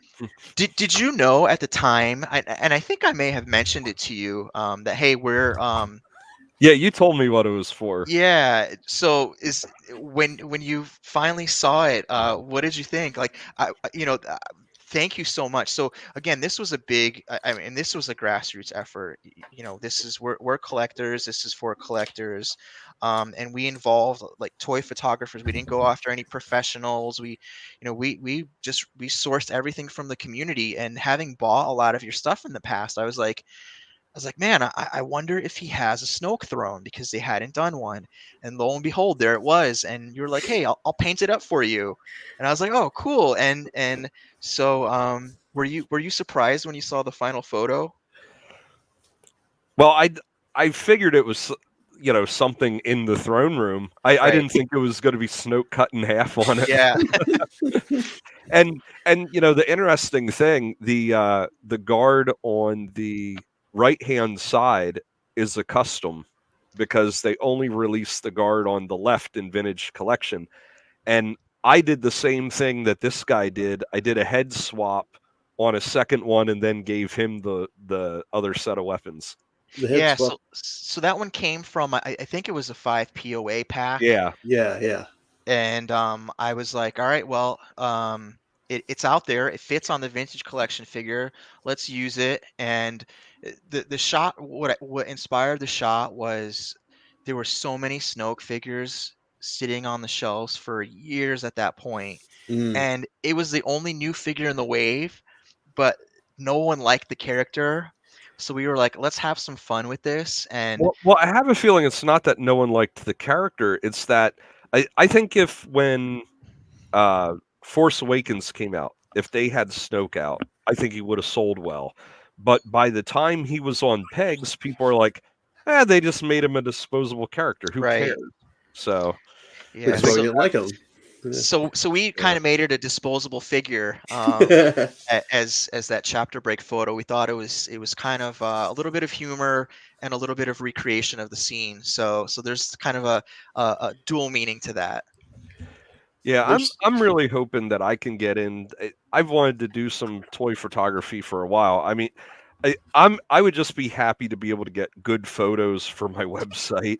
And I recently bought a one of these photo boxes. Now I'm getting a pretty big one. It's like 32-inch cube, so I can do some larger stuff. But I'm hoping that that greatly improves the ability to get good photos because lighting is. I mean, the lighting on this obviously looks really good, professional. I have a horrible time just shooting a product straight on.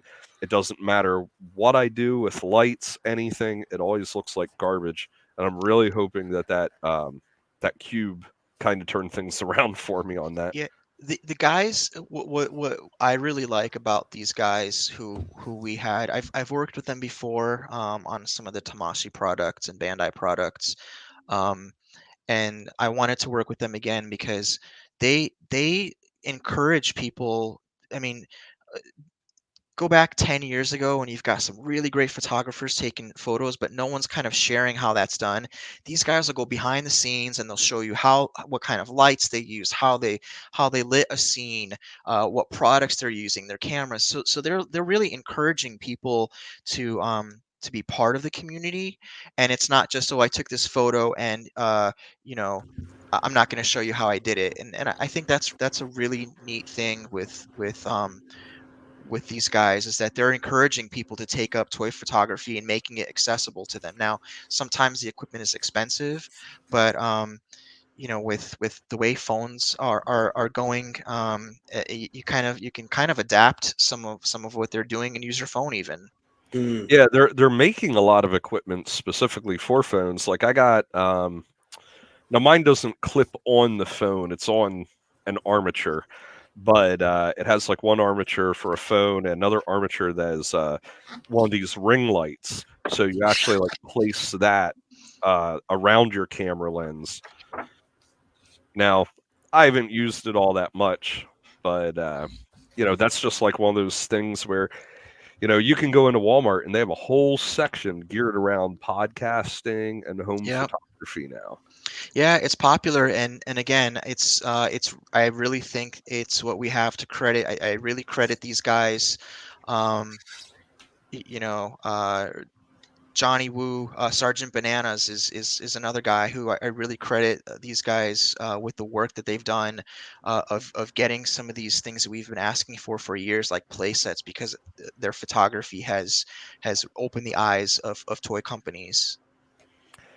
Yeah, and not just the toy companies, but they're inspiring other people to do toy photography, which Collect drives toys. demand Yeah. for the Yeah. toys. What one area that I was really happy about with the book that was kind of cool was the unproduced items, Mm. because a lot of those I had never even heard about. I had seen some of them, like the Death Star, the Death Star gunner, and the probe droid and pod. I had Yeah, the seen Probe some of Droid those. and Pod, I had heard about that somewhere not too long ago. Now, did they just take that same Probe Droid and that's the one that was released in the 5POA line? There are minor differences to it, but it is very similar. Yes. I think the biggest differences are some of the articulation points on the feet, because I did compare the two, and I think I even photographed the two of them together just to have for future reference. But man, I will tell you that thing with the pod itself is incredible. The way it Yeah, works together, I really wish that's one of those things they would have made. Yeah, agreed. I gladly would have sacrificed a 5POA Vader and had them put the pod in it and Yeah, charge another $5. I don't care. Yeah, and really. what's really neat about it too is that the thruster, the engine thruster on the pod ends up being the stand on the probe droid when you take it apart. So it was one of those things. It's brilliantly engineered, and it's unfortunate that it didn't get made. Oh Yeah, man, well, maybe I mean, if they have the Probe Droid right now, they may be able to find a way at some point to, repackage it for like the 50th anniversary of Empire or something. yeah, what I found interesting was that in the produced, we just talked about the Death Star gunner was basically, I think, the Saga gunner, but no, with actual ball jointed elbows. But they went ahead and just built a new gunner from the ground up for the Yeah, Rebellion that one. figure was really interesting. We had a really difficult time figuring out what era that was from and how that kind of fit in between. And it's a lot like the Hoth Rebel at the Echo Base Trooper. So we tracked them down to about that same era where we think that they were intended for multi-packs that would have coincided with the vintage collection, and they could have ended up in vintage collection, and they just ended up getting cut because that was right around that time where things were starting to pile up with the episode one, and it created a huge bottleneck. And then Hasbro basically said, okay, vintage is gone, and then the 3 3/4 was just completely cut down to bare bones. I remember those dark days around 2012 and 13, around there. Yeah, yeah. Yeah, I always wondered because I know there's a collector that's part of the Facebook group that has the Probe Droid. Yeah, can't remember his name off the top of my head, but he's talked about owning it, and I was always wanting to see the differences in that gunner because I wanted to see if the chest armor was the same or different. It was the same socket chest armor. It looks It like is the so. same. For example, the Echo Base Trooper, it is the figures are the same. What's really odd about them is that they're sculpted a little bit bigger because they're making they know it's going to shrink in the mold, so everything's a little bit taller than the previous release. um but everything, the accessories and everything are the same, or the intent is that they would be the same, but it is all new sculpting. I really liked those new gunners. My only complaint would be that the helmets Too are small. undersized, Yeah. but Yeah, I remember I think I got like 6 of the Saga gunner, and that was always my one complaint is, oh, these stupid swivel elbows that I hate so much. yeah. I've Um, actually contemplated just taking the new armor off the new gunner and slapping it on the Saga, and maybe yeah, trying to swap the arms out somehow, or just maybe trying to do a head swap, one or two. I don't think you could do a head swap because it has that barbell head, which Oh is yeah, really nice. hmm But yeah, I wish the head was a little bit bigger. It would have been perfect if they had gotten that head just a little bit bigger. yeah. I think I bought like 6 of those new ones when I had a really? chance. You found 6 of those things? But I I, was oh, okay. So I think I bought 2 online, and then I was at a convention, and that one wave, which was the Gunner, Crayet Luke, and R2, and I think the tank driver. Yep. or driver, the guy had like this whole box just full of tons of them in that wave for like $4 a piece or something. It was like stupidly cheap.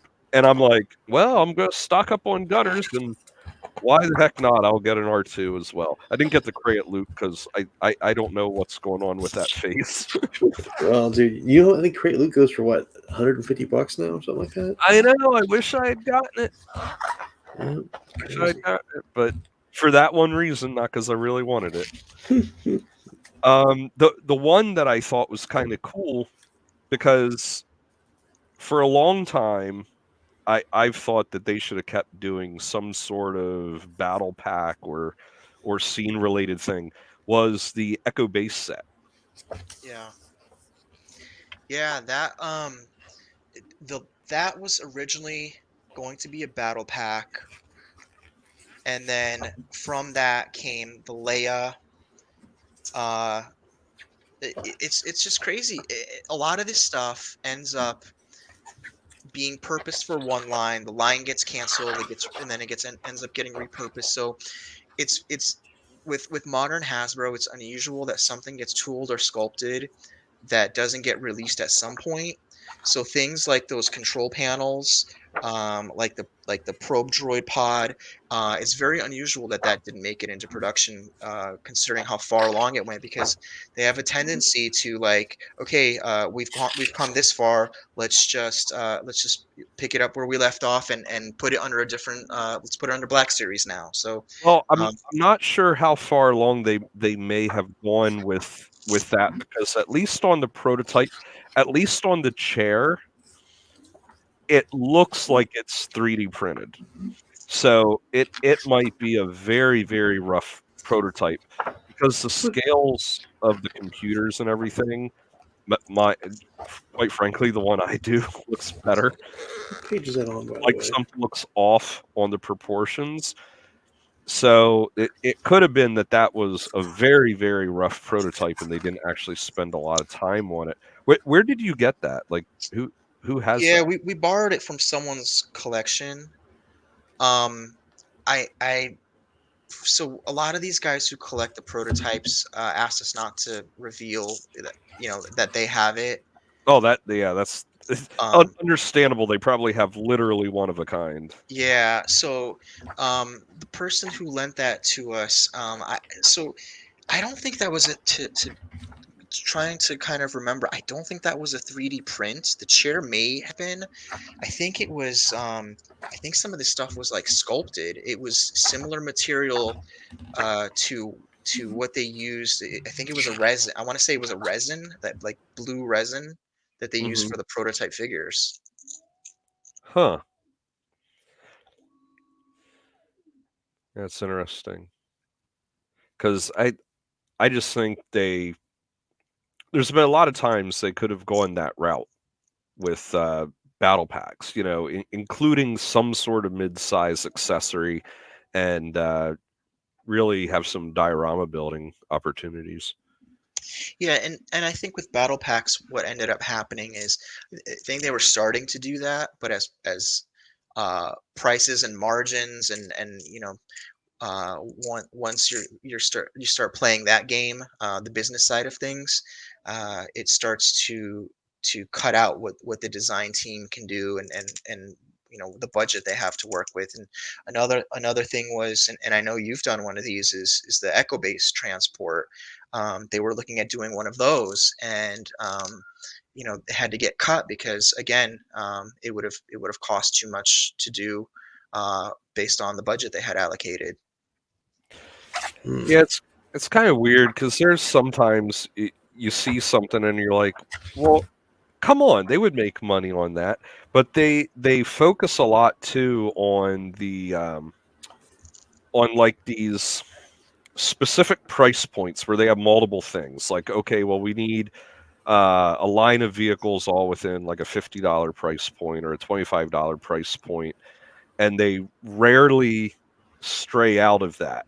About the only time I can think of, and this wasn't even all that recent, that they did an oddball thing like that was the banking. I think it was the banking clan, some character where they're much taller than a regular character. They would be like 12 feet tall. I'm not sure if it was like a robot suit or something. I don't even know what it was from. Clone Wars, maybe? Raxel Kelvin, episode 1. It was a Toys R Us exclusive, I think. Yeah, I think a lot of it is being retail friendly and trying to meet the price points that the retailers set. So they say, hey, we want this at this price, and I think one item like that, for example, is the first multi pack that they did with the 3 packs, where they did the three packs together. Hmm. Um, and so they ended up being a little bit shorter than they should have been because the shelf space they had to work with. So Target came to them and said, "Hey, something fell through, and we're going to have this amount of shelf space for the holiday. Can you put something together for it?" And so Hasbro has to turn around quickly, and okay, what do we have? What can we make? And so you end up with really trying to meet the retail uh, partners needs for specs, be it pricing or shelf space. Yeah. Hey, Matt. On your end, there's like a. Oh, a that's me turning the pages. Yeah, my bad. Oh, okay. It That's a- almost sounds like someone when they're rubbing a balloon on their head to make it stick Yeah, to that's the that's wall. my. Like, I'm trying to be careful with the pages. It's so Oh. great. I do want to thank you for taking two pages per vehicle. By the way, getting all the nice details on them, because I know it's easy, but I'm so because I seeing the TIE Fighter and it's nice 2-page spread in the vertical format like that. It's just glorious. Love it. Yeah, and I would have really liked to do more of those gate folds like the Falcon and the barge for some of Mm. the other vehicles. Um, and if we do a volume 2, I think some of the bigger vehicles will end up we'll probably do a couple more of those versus the one. But I think the ATATs would have been a great thing to have kind of a multi-page fold out Yeah, instead of kind of going 4 back to back. So yeah, we just wanted to showcase everything those vehicles do because to me those are really what separates 3 3/4 from 6-inch scale is being able to have those kind of environments that you can have your figures interact with, and the vehicles are that. So really showcasing the engineering behind them and the cool little features was important. agreed. And So, 2 more questions I have. Um, what figures would you like to see re-released in Vintage Collection? So I think So there's repack, which the way Hasbro's going right now, yeah, you got a pretty good chance of it being repacked. But I think not even a repack, but so VOTC Hasbro always viewed uh, VOTC and VTSC as the precursor to the vintage collection, and they kind of the team working on the vintage collection always saw it as basically one dovetailed into the other. And I think that for me, they need to really they've already done it with Luke X-wing, revisiting that figure. I really think they need to look at doing a new Obi-Wan, Han, Luke, and Leia from A New Hope. much agreed. Especially well, the see, the Han I think still holds up. I have like 4 or 5 of that Han because I think it's one of the best Hans they ever did. Yeah, I think it's a solid figure, but imagine having added articulation, better hips, maybe a little bit thicker, adding photo reel to the face. Um, there's so many little upgrades and tweaks that I think they could make to it that I mean 2-part But hair. Just look at but, Han and but, but I'm but I'm Stormtrooper. talking straight repack. Well, no, they don't do free repacks, man. You gotta add the photoreal to that. So Yeah, I think if they did a Han, I don't think they would repack. I think just look at the Han Stormtrooper. They've got a new Harrison Ford head with that two-part hair that they do. That's incredible.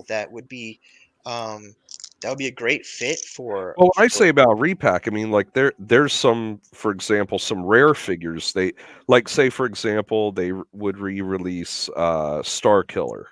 You know, they might do the facial printing, but just one that should be released. Oh Because man, as far as new ones, that was my other question. What figures would you that they've never done would you like to see? I would say the modal nodes, which we are getting now, yeah. would be high on my list. Something that hasn't been done. I think there's still a Hammerhead out there I've that heard about that I think as a would be 3D cool. file, right? Hmm. No, there's a physical sculpt Oh to that. wow. Same thing with the Lobot.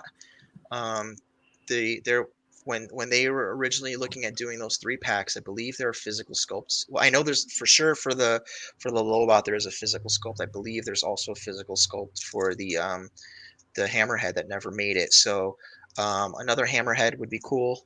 Hmm. I think it's something missing in the line. Um, in terms of a re-release, I think maybe Prune Face. Some of those last batch of figures that were exclusive to Amazon, or I think it was online only. Yeah, Uh, yeah, it was online. yeah, seeing those re-released would be cool. The Vader. I think the Leia ended up is the Bespin gown is coming out in Yeah. They need a New Hope Leia. That's what they need. yeah, They've needed that as long as they've needed the ESB Lando, because they both came out in that original the OTC. OTC, yeah, And the And NH for the Yeah. longest time, I'm like, I don't understand why they'll do all these side costumes, like the Bespin Leia. I mean, she didn't wear that all that long in Empire, but they would keep ignoring the primary outfit that, well, actually the only outfit that she had in A New Hope. yeah. I think And it's Farm like Boy Luke is due for an update too. you know what? Yeah. I'm really happy with that one, except for the fact that his upper body, it seems disproportionately big to his legs. So does the cloth goods. It's disproportionate to everything. That's my No, problem I'm with not it. talking about the OTC one. I'm talking about Oh, well, actually they never released him on a card. They released most of him in Death Star Escape.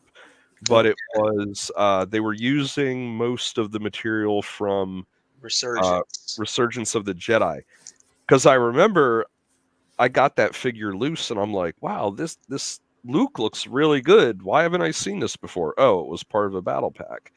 Um, if they could get the proportions right, I think otherwise that's a pretty good Luke. But I think Those legs are pretty bad. yeah, The cover of the book, it's funny. I remember a lot of people were like, "How did you get the figure's legs to stay in that pose on the cover?" Because they have a tendency to snap back at the hip.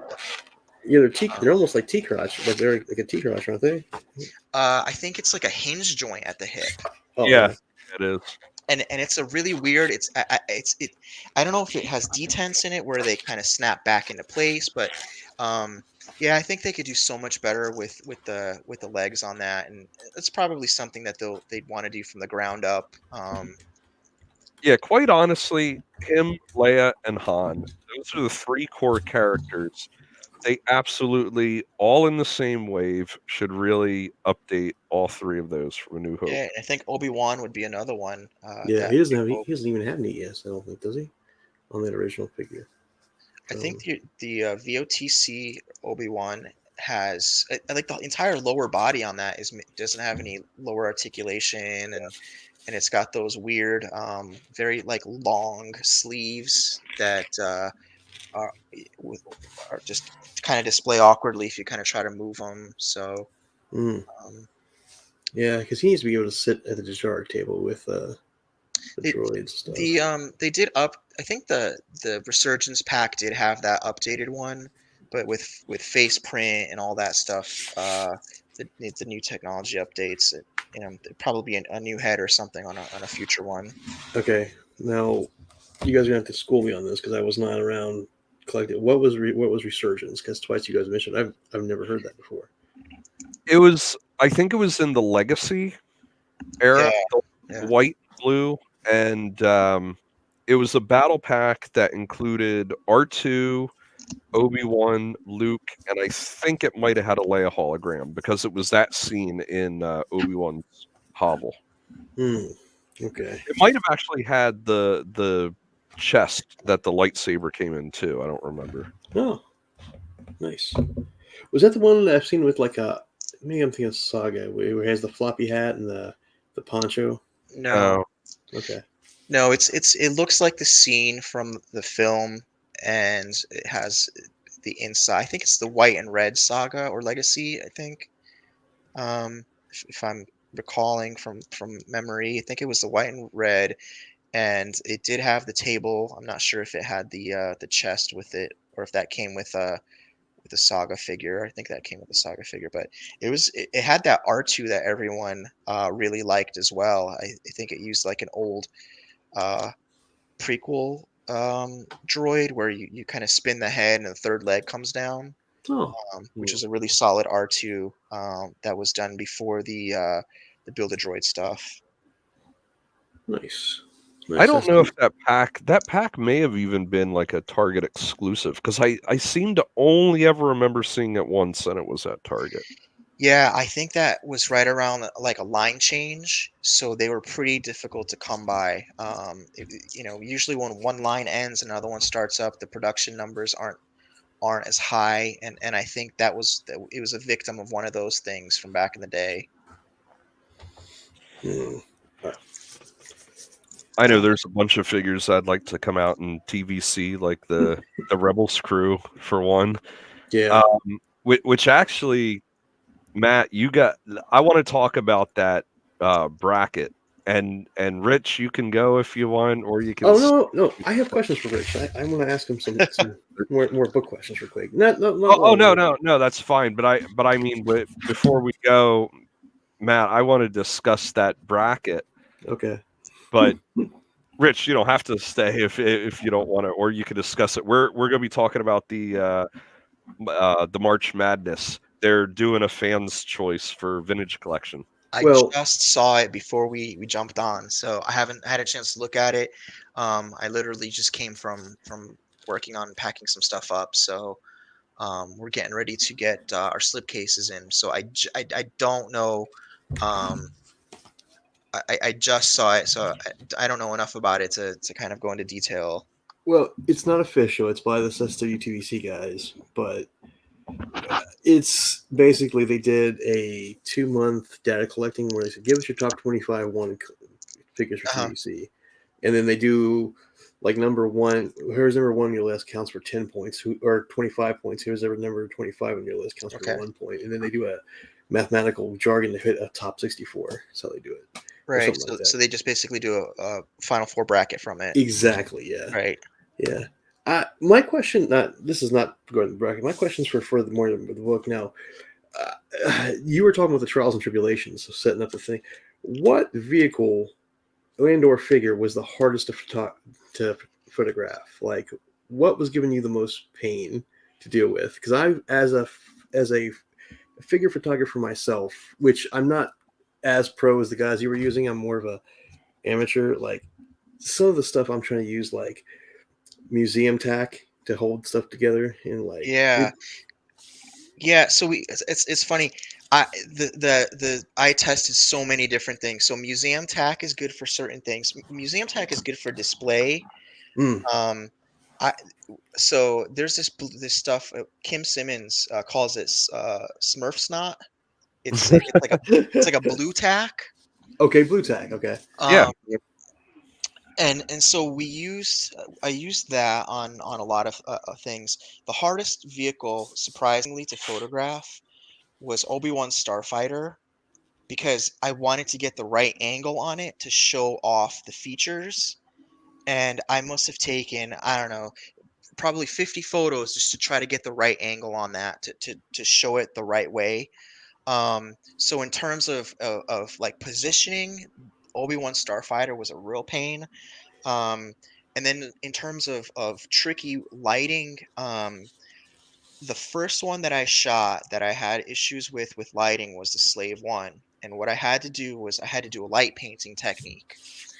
And what that essentially meant was letting the shutter, um, keeping the shutter on for a long time, so I can go in with a light and basically paint in the detail on the inside, and then combine that with a photo from the outside, using the speed lights. So yeah, that was really like learning on the spot. Like, okay, how am I going to get the inside so I don't blow out the outside and still can capture the detail? Hmm. So now, do you have photography experience? Like that's something you've done before, or is this something you were actually taking on as okay? I got to learn how to do this to do the book. Yeah, no, I think for the most part, I had some experience, but not at the level to have to do some of this stuff. Some of this was kind of improvisation, on the spot. But I mean, that's photography. Is okay. You've got a problem, and how are you going to solve it with the camera and lighting? So. Oh, it's by the seat of your pants someday. Yeah, I mean, figures. It's easy to photograph a figure. It's easy to photograph, the outside of a vehicle. It's when you're getting into these tricky spots, and okay, how am I going to get the inside of the Slave One, or how am I going to get the Falcon cockpit, um, to be able to show inside the gunner station, and positioning and lighting and things like that. So, um, Hmm. you could even I think even a photo expert would be learning on the spot for some of this stuff, because some of it it's you're making it up as you go along, because um the chances are that you've never done it before. So now, did you have to lay out the pages then too? Yeah, so I worked with someone who kind of basically, okay, here's what we want it to look like, here's what we're thinking, and they kind of got everything um together for me, and I went to town on it. Yeah. Nice. Uh, I can't. I'm dreading trying to take photography of the inside and out of the Razor Crest, which that's what I forgot. I forgot to mention that. That's one more thing that came in this last week is the Razor Crest. Yeah, mine came in too, but I haven't had a chance to open it up yet. I've seen some of the photos online, and it looks incredible. Be careful with the opening of the landing shutters I, because I've heard that. yeah, just I mean, mine were fine. I just was very careful with them. I think just the natural tension is trying to hold them together. Just guy, because I know some guys just flip it open like oh you can't. Gotta be careful. Gotta be careful. So Yeah, I'm done. That's all I had. By the way, man. it's like the sails on the barge. Those are super delicate too. Once you have those in place, um, moving those around can you can end up banging it up or breaking it. I tell you what, installing those ribs was scary, to Yeah, say the least. yeah, Because I'm putting more and more tension. I'm like, this plastic is gonna snap. It's gonna tear. Something's gonna break. yeah. I ended up cracking the one of my I had to take it apart to make room to be able to photograph some of the stuff, because I had everything laid out, and it's kind of breaking some things down. I'm like, oh, the barge is pretty big. Let me put this away, and one of the tops of the sails ended up getting a little stress mark and crack on it for me. Uh, Ugh. So, it's but rough. yeah, you'll never see it, so it's okay. Once I get it back out and put it in a Yeah. shelf, it'll be okay. Well, maybe they'll reissue it with the. Never mind. Uh, uh, Oh, Richmond, I appreciate you answering the questions. That was burning in me, like because I know I was looking at these beautiful photographs, and I know just the pain it is just to do my little photo novel. That it's got to be a pain to deal with some of this stuff when you're trying to sit there and make sure you get all the positions right, like the vertical TIE fighter and letting the pilot come out there perfect like that. Like he's looking at the camera with his head tilted. Yeah, Glorious. I think it's one of those things where I'm glad you can see it. I think once you have to do it, like when you're looking at it, you're like, oh, that looks cool or that's nice. But um, some of this stuff took a lot of trial and error to get it, to get the pilot looking the right way, or to get something at an angle where you can show three or four features that you want to highlight on a certain vehicle. And that stuff kind of adds up, and people, were like, oh, what took so long? What took so long? Well, it's just between collecting information and getting people to kind of recall things they did 10 years ago, and then one person telling you, oh, this is how it was, and then another one telling you, oh no, this is how it was, and you're like, okay, which one of these guys is right?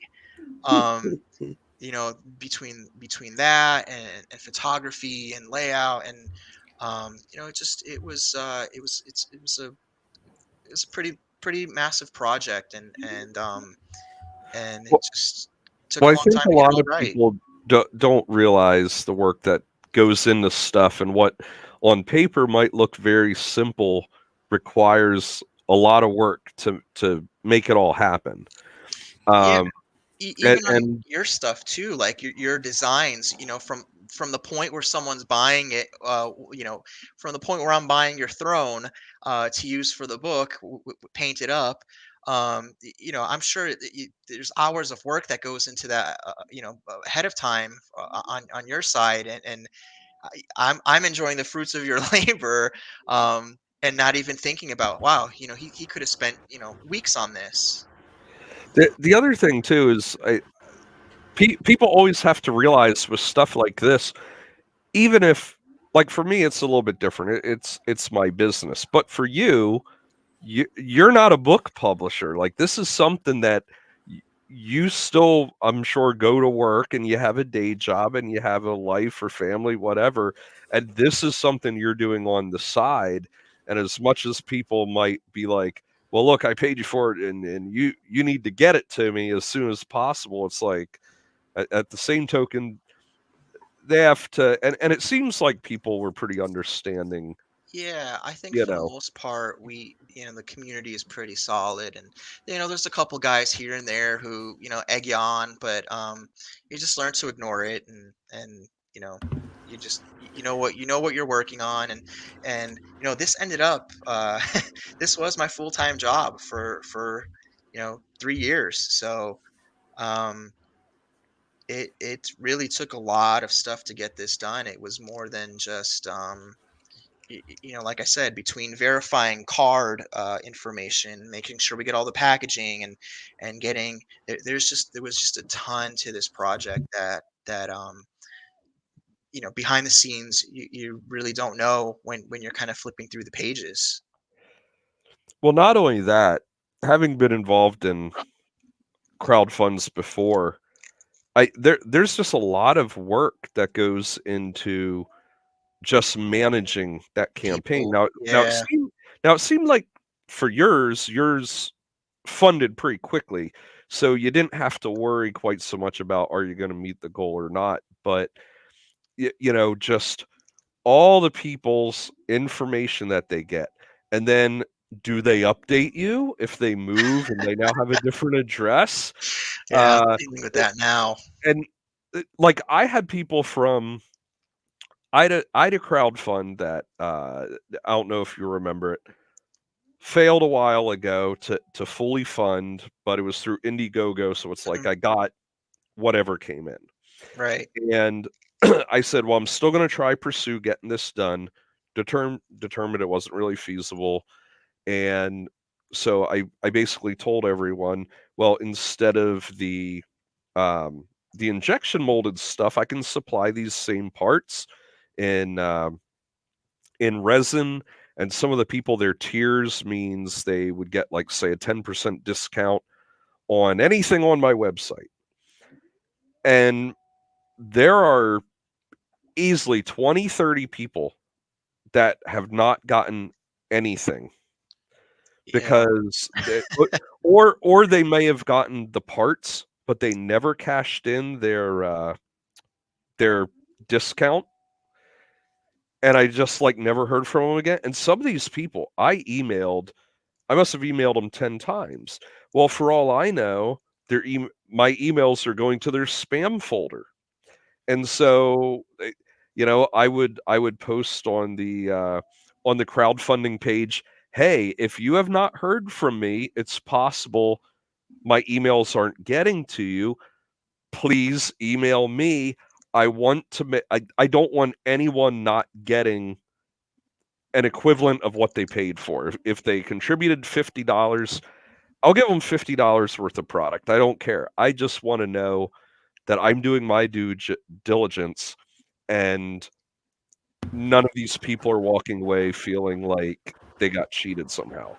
Yeah, I can totally relate to that because that's what I'm dealing with right now is we have and I mean we've had 60 updates and man updates it's you think it's just like a quick thing but to photograph some of the stuff and get the update together and run it by the team. Hey, do we want to, is there anything else we need to include? I mean that could take it worth a day of your time to get all that stuff together. So you're right, updates take time, and then getting stuff shipped out, and we've had 60 updates and there are still people who up until our last update, I looked, and so we've got a really good pledge management system that allows people to go in, put in their address, and that's we know who bought what, where it gets sent. There were people who we've been for over 2 years. We've been like, hey, make sure you go here and enter this. Make sure you go here and enter this. And there were about 15 people who entered it late, and then last update, I had posted something that said, "Hey, you've got to make sure to enter this, or you're not going to get a book." And all of a sudden, that number went up from like 15 to 50, Oh, because there were just stragglers who just hadn't been, I don't know if they, and granted, I agree, Pledge Manager is very confusing. Or sorry, Kickstarter can be very confusing, and the need to integrate like a third party to collect your address information makes it a little awkward. Um, but we've been repeating it from like every update to make sure you do that, and we just got a massive influx of people who waited to the last minute, and it sucks because they won't get their name in the book or get the book.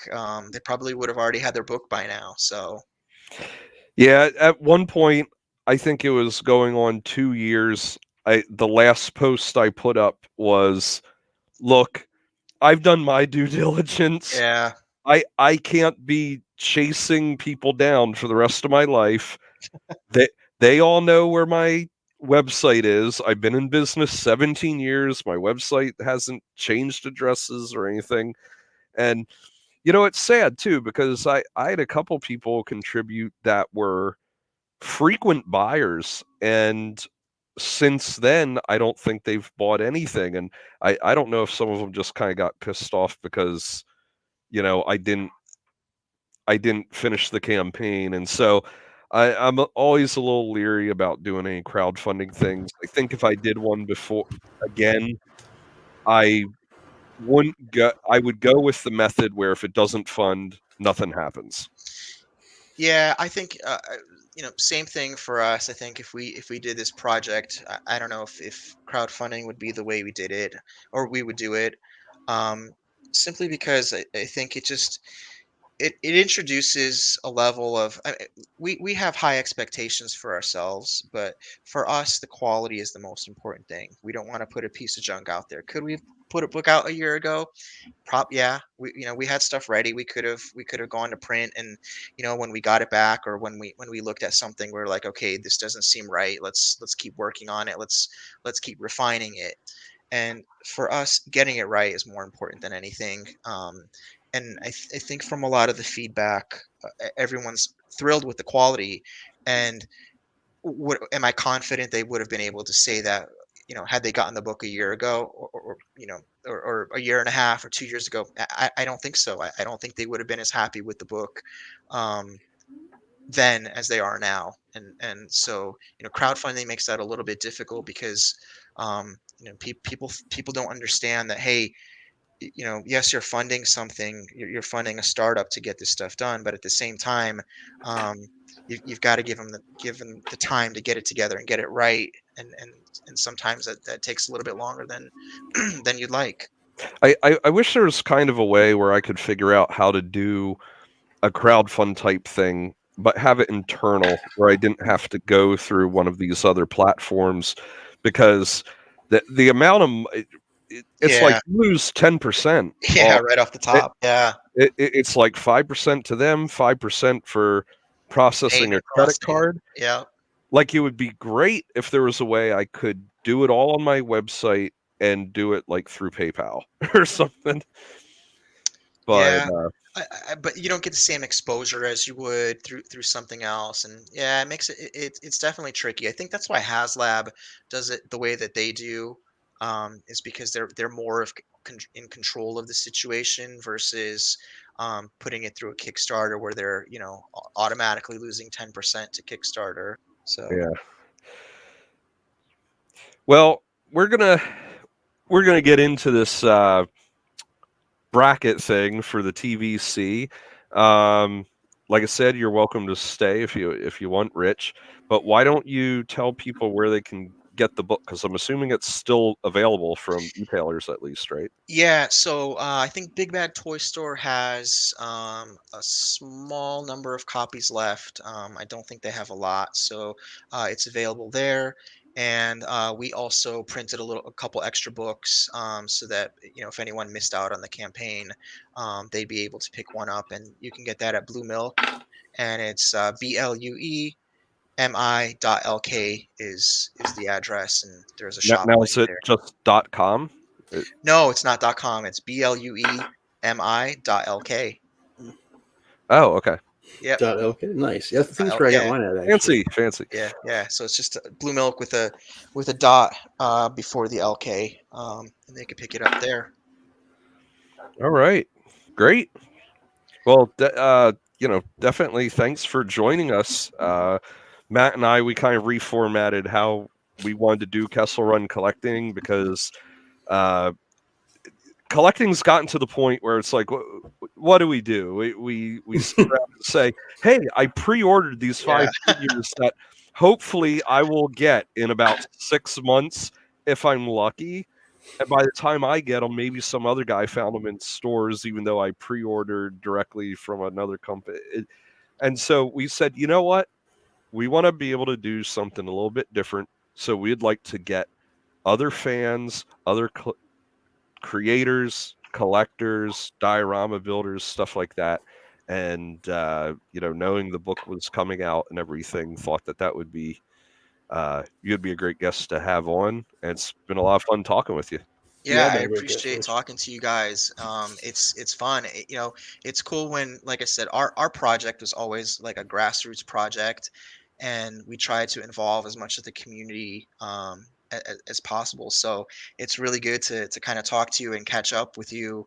Um, Considering I've been buying stuff for you from you for years now. So and it's cool to be able to include you in the book. And I don't know if you saw this too, but the folios, I used your Tantive walls for the folio cover too. So um Wait, really?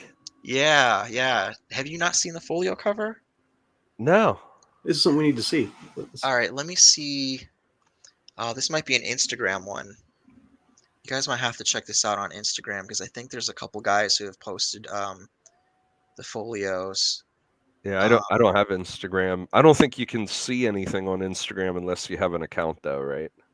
mm, I think you might have changed it because I have Instagram. Give me a second. I know I would always hate it when I was searching for a photo of something and the result is something on Pinterest. I'm like, I can't look at it. yeah, I know that's the most frustrating. Oh, Four Step Photography did a great Razor Crest shot. Yeah, Matt. Why don't you find that bracket thing? Wow. All right, let me look it up real quick here. Yeah, I know it's out there. So if you have a chance, you should check it out. Like I said, we loved working with the photographers, the creators. I think that's one of the things that makes this line so cool is that so many people have different niche in how they collect or what they collect. You got carded collectors, loose collectors, diorama builders. So it was fun to work with a lot of different people on this behind the scenes, and so Yeah, again, thank you guys for having me on. no Yeah, problem, no, Rich. I'm actually looking forward to meeting you in person then at ICCCCCCCC Con. You know what? I don't know if we're gonna be able to make it. We tried to get a booth and they're all out. So Oh um, man, that sucks. yeah, I know. We're trying for Celebration. We'll see how that goes. We finally heard back from them, but that's really comes down to that's a Lucasfilm decision whether or not they'll we're not a licensed partner. Yeah. And from my understanding, they've been really like selective in who they let in if you're not licensed. So hopefully they'll allow us to have a booth space, but we won't know until until they give us a yay or nay. Hmm. Yeah, I know ICC I thought it was just recently they had put something out that they were almost out. So I don't know if they ran out of booths or not. Yeah, they did. I tried to get in touch with the guy and figure something out, but it seems like they're all out. So Hey, you might be able to be put on a list for if someone backs out. A lot of times they have backup lists. the wait list, yeah. Yeah. Something tells me Mike's thought probably does that. Mike Havens, who runs it, probably has a decent idea what's going on with it. So I don't know if it's who you guys talk to or not, but Yeah, I think that's who we talked to. Yep. yeah. All right. So I Did you got have that, Matt? yeah, I got it up. Let me work this technology here that I'm terrible at. Share screen, Chrome tab, see March Madness, and share. There we go. Okay, so who made this up? So this is by these guys in the middle. Start the SWTVC team. They run a podcast. They pulled these out of people they surveyed. Yeah, it was a social media survey from two of the major TVC Facebook groups, their Instagram, and I want to Okay. say somewhere else. And they I ran it. I thought this was Hasbro when you first sent it to me Oh well, for like a fan's choice figure. Okay, strangely can enough, you zoom in? I have it full screen and I can't even read any. strangely enough, a lot of the figures that got the top 10 somehow started to be thought about getting made, apparently, or something like that last year or 2 years ago, whenever they did last. So Now, what's the very first one's behind the march? that's Dooku right there. Dooku's on top versus the Tuscan Chieftain. 2 tubes. I would take both. And you guys can download this at off their profile on Instagram. I should have got a better. It's a massive It's a massive thing, but like on the other side, I don't know who's over here. Like Dark Troopers up top, and then you have Quit moving around. I'm trying to read them all. Okay, Dark Trooper, Finn. What's it say underneath? Kasana? Is that from Last Jedi? I guess I think so. That first planet with where they find Lando, I think. Oh, okay. Emperor Palpatine, Sith Eternal, 88, overdue. Tonic sister versus Chopper would take it. Chopper, I'm happy with that Disney one, but so what? I'd rather take Saul Guerrero over the client, but I would really. No, I need the client. We've never had him. Anything. We've got some. He was in like a couple episodes. Saul Guerrero like crops up everywhere. Mm. I don't really care about the Kylo Ren. Well, so he much. looks. Yeah, he looks almost like the same. So it's like Hera. Yeah. And the problem is when you have stuff like the Bad Batch or the Rebels crew, Mm. it's like I want all of them. I Yeah. don't want you to just give me one, and then I would constantly be like, Admiral Piet, they need a new Admiral Piet. Would buy it. Would buy Kira.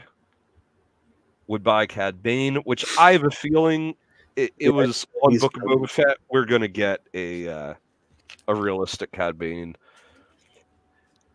yeah. Zero, I definitely want Zero. Which we know they have him in 6-inch, but Yeah, he's again one of those character designs that as soon as I saw him, I said, "Give me a figure now." Grand Admiral Thrawn will probably show up in Ahsoka, so probably going to happen. Man, yeah, we're overdue for a new one. I'm gonna scroll it down some here so we can see more.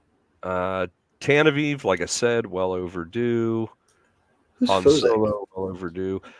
He is the black skiff guard from Jabba's. Okay. He actually shows up. He's got some fairly close-up scenes a lot. I have a custom of him that I think is really good, but I would certainly buy an official one. Grand Inquisitor, sure. Cobb Vanth, definitely. Pass. Frog Lady, don't really care. Taking Frog Lady every day over Cobb Vanth, man. Really? Yeah. Why? Because she's so more. Because Cobb Vanth is just a skinny guy with extremely nice hair. He does have very nice hair. He does, but I mean, the Frog Lady had to save her kids. She has a little backpack. She can have soft goods if you want to make her more desirable. And you know what? She was the romance of season 2. I'm not saying I wouldn't buy the Frog Lady, but if she never gets made, I probably would never give it a second thought. All right. Jedi Temple Guard, that would be a good choice. It could be a good army builder. Overhead? Wow. No, I'm just saying I would buy it. Momon de Dawn, quite honestly, I think the last version we got was just fine. I think the key would be he needs to be able to sit. And yeah, he needs like a soft goods bottom and be able to sit. So quite honestly, I think probably the torso and head they could probably repurpose. Chris Stanton, buy him all day. Yeah. EV99, hells to the yeah, we need him. Bodhi Rook, yep, need him. Paz Vizsla, definitely yes, get him. definitely need Paz Vizsla. Well, man, he's kind of a large figure and comes with big accessories, so he's going to be like $25. I'm buying 3 of them. Yeah, I'd buy him anyway. All right, let's go. Here's the other side. Count Dooku, yeah, probably due for one. Yeah. Tusken Chieftain, again, one of those designs. As soon as I saw him, I wanted a figure. Pre Vizsla, yep. I'd prefer him in his second iteration, if possible. Bad Batch, I'm like I said, I'm just counting those as like one. Now, who is Velkin Taziri? I have no idea. Velkin Taziri and Tam Duran Garen are both guys from the Sava Sail Barge, except for Velkin he's the last member of the Luke, Han, and Chewie and Lando skiff to be made.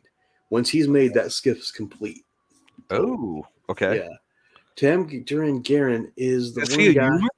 Is he a human? Yes. He uses a lot of is it not Vidane? It's the guy that came with the side gun that mounts on the sail barge. That guy. Okay.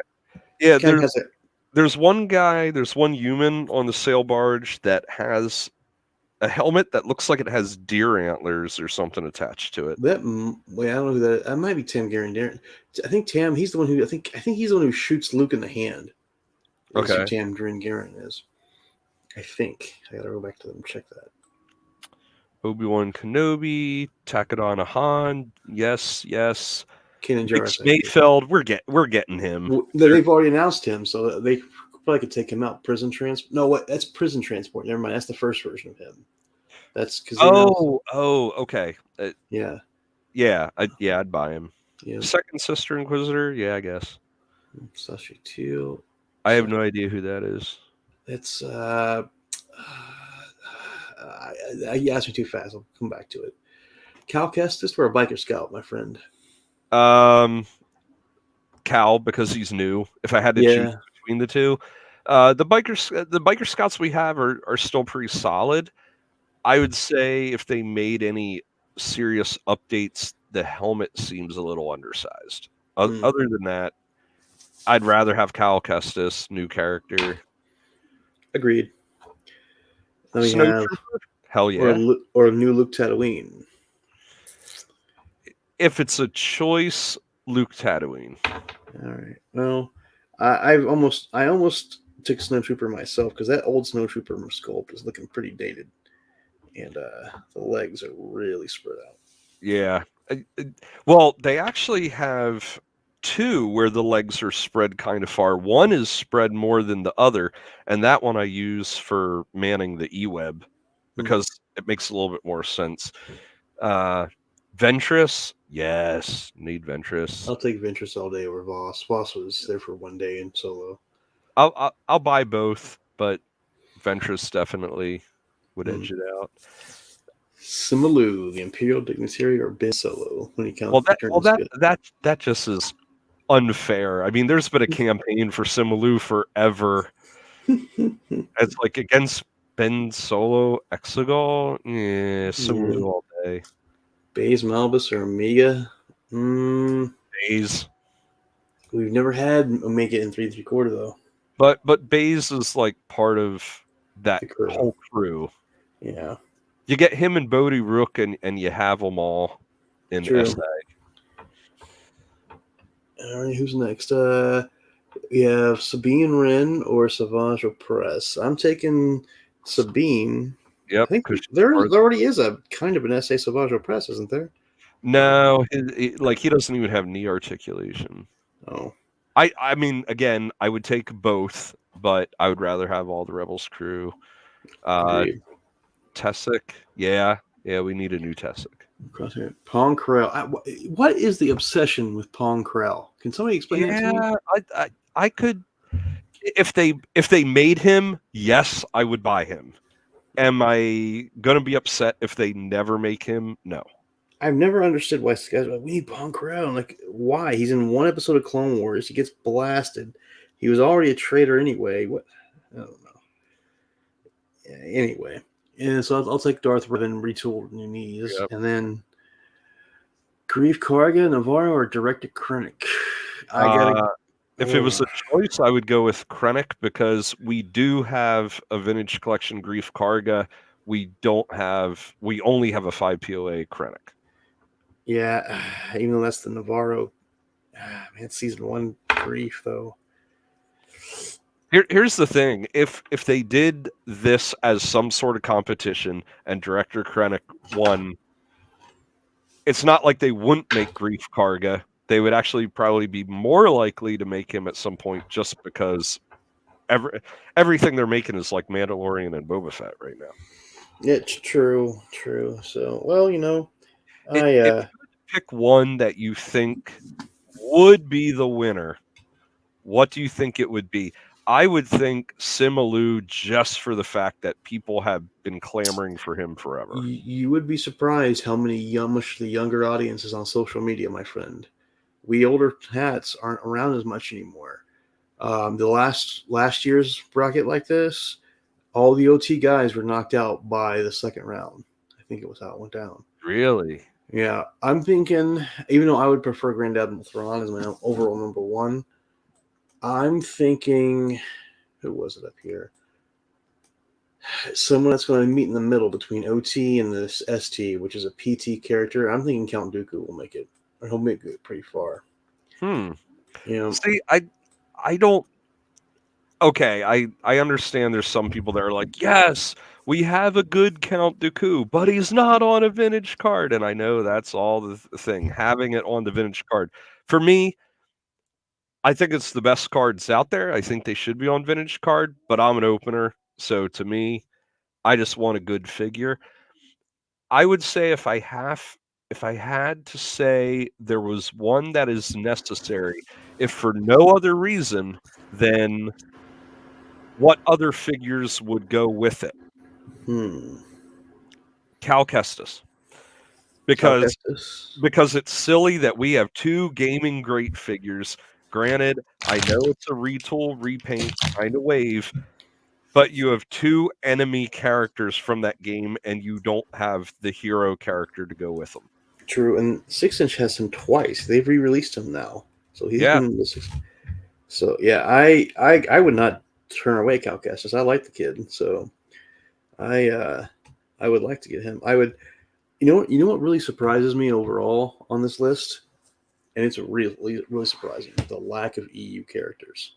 You have Thrawn, and you have who Cal else from the EU? Kestis, which would be, unless you're not counting him as like. I mean, like a unfilmed or unmoving media. Like I like Cal Kestis is in a video game, right? Everyone else is either from a cartoon, a show, or a movie. Can't remember anyone else here that's not, and that's what's really caught my eye. I mean, Darth Revan's. Well, Darth Revan's a video game as well. Yeah. So I think everyone. So those are the only two video games, and one.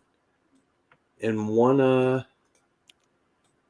who's Sasha Teal though? I think they're Jedi. No, we have this magical thing, this box that tells us. Yeah. Let me look it up real quick. Good thing they invented the internet. T-E-L.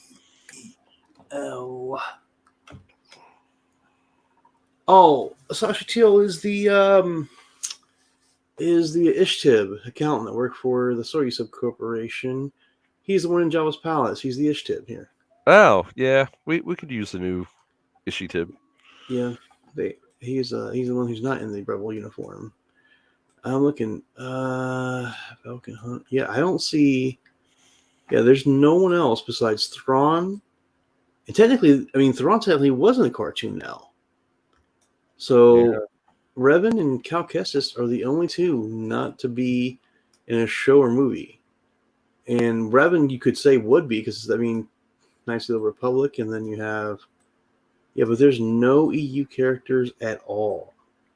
Well, I guess Chrysanthemum was, but then he comes into Buckable Fett, and they dropped the black Chrysanthemum off his name, even though he's an all black Wookiee, which is sweet. All I know is if they announced all these figures coming out, I would be seriously broke. Because I'd be like, I'm placing a very, very large pre-order. The one that really sticks out to me is just an odd pick, Max Rebo. Well, he was in Book of Boba Fett.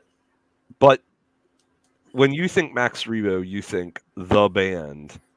And it's like the way they package figures now. I mean, he comes with an organ.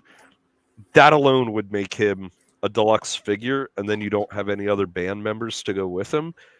Now, what I want to see, and they could release it as a 3-pack, release them individually. I don't care. We need a classic size Snoodles, not this special edition shit. Well, yeah, I guess I don't really care about the band that much. I mean, I was never big. I think size Snoodles is the only one that really needs updated because, okay, you look at the classic Kenner, Droopy McCool, and the newer one, and except for some better paint apps, it's pretty much the same kind of thing. Like, what else are you going to do with him? He plays his instrument. The same with Max Rebo.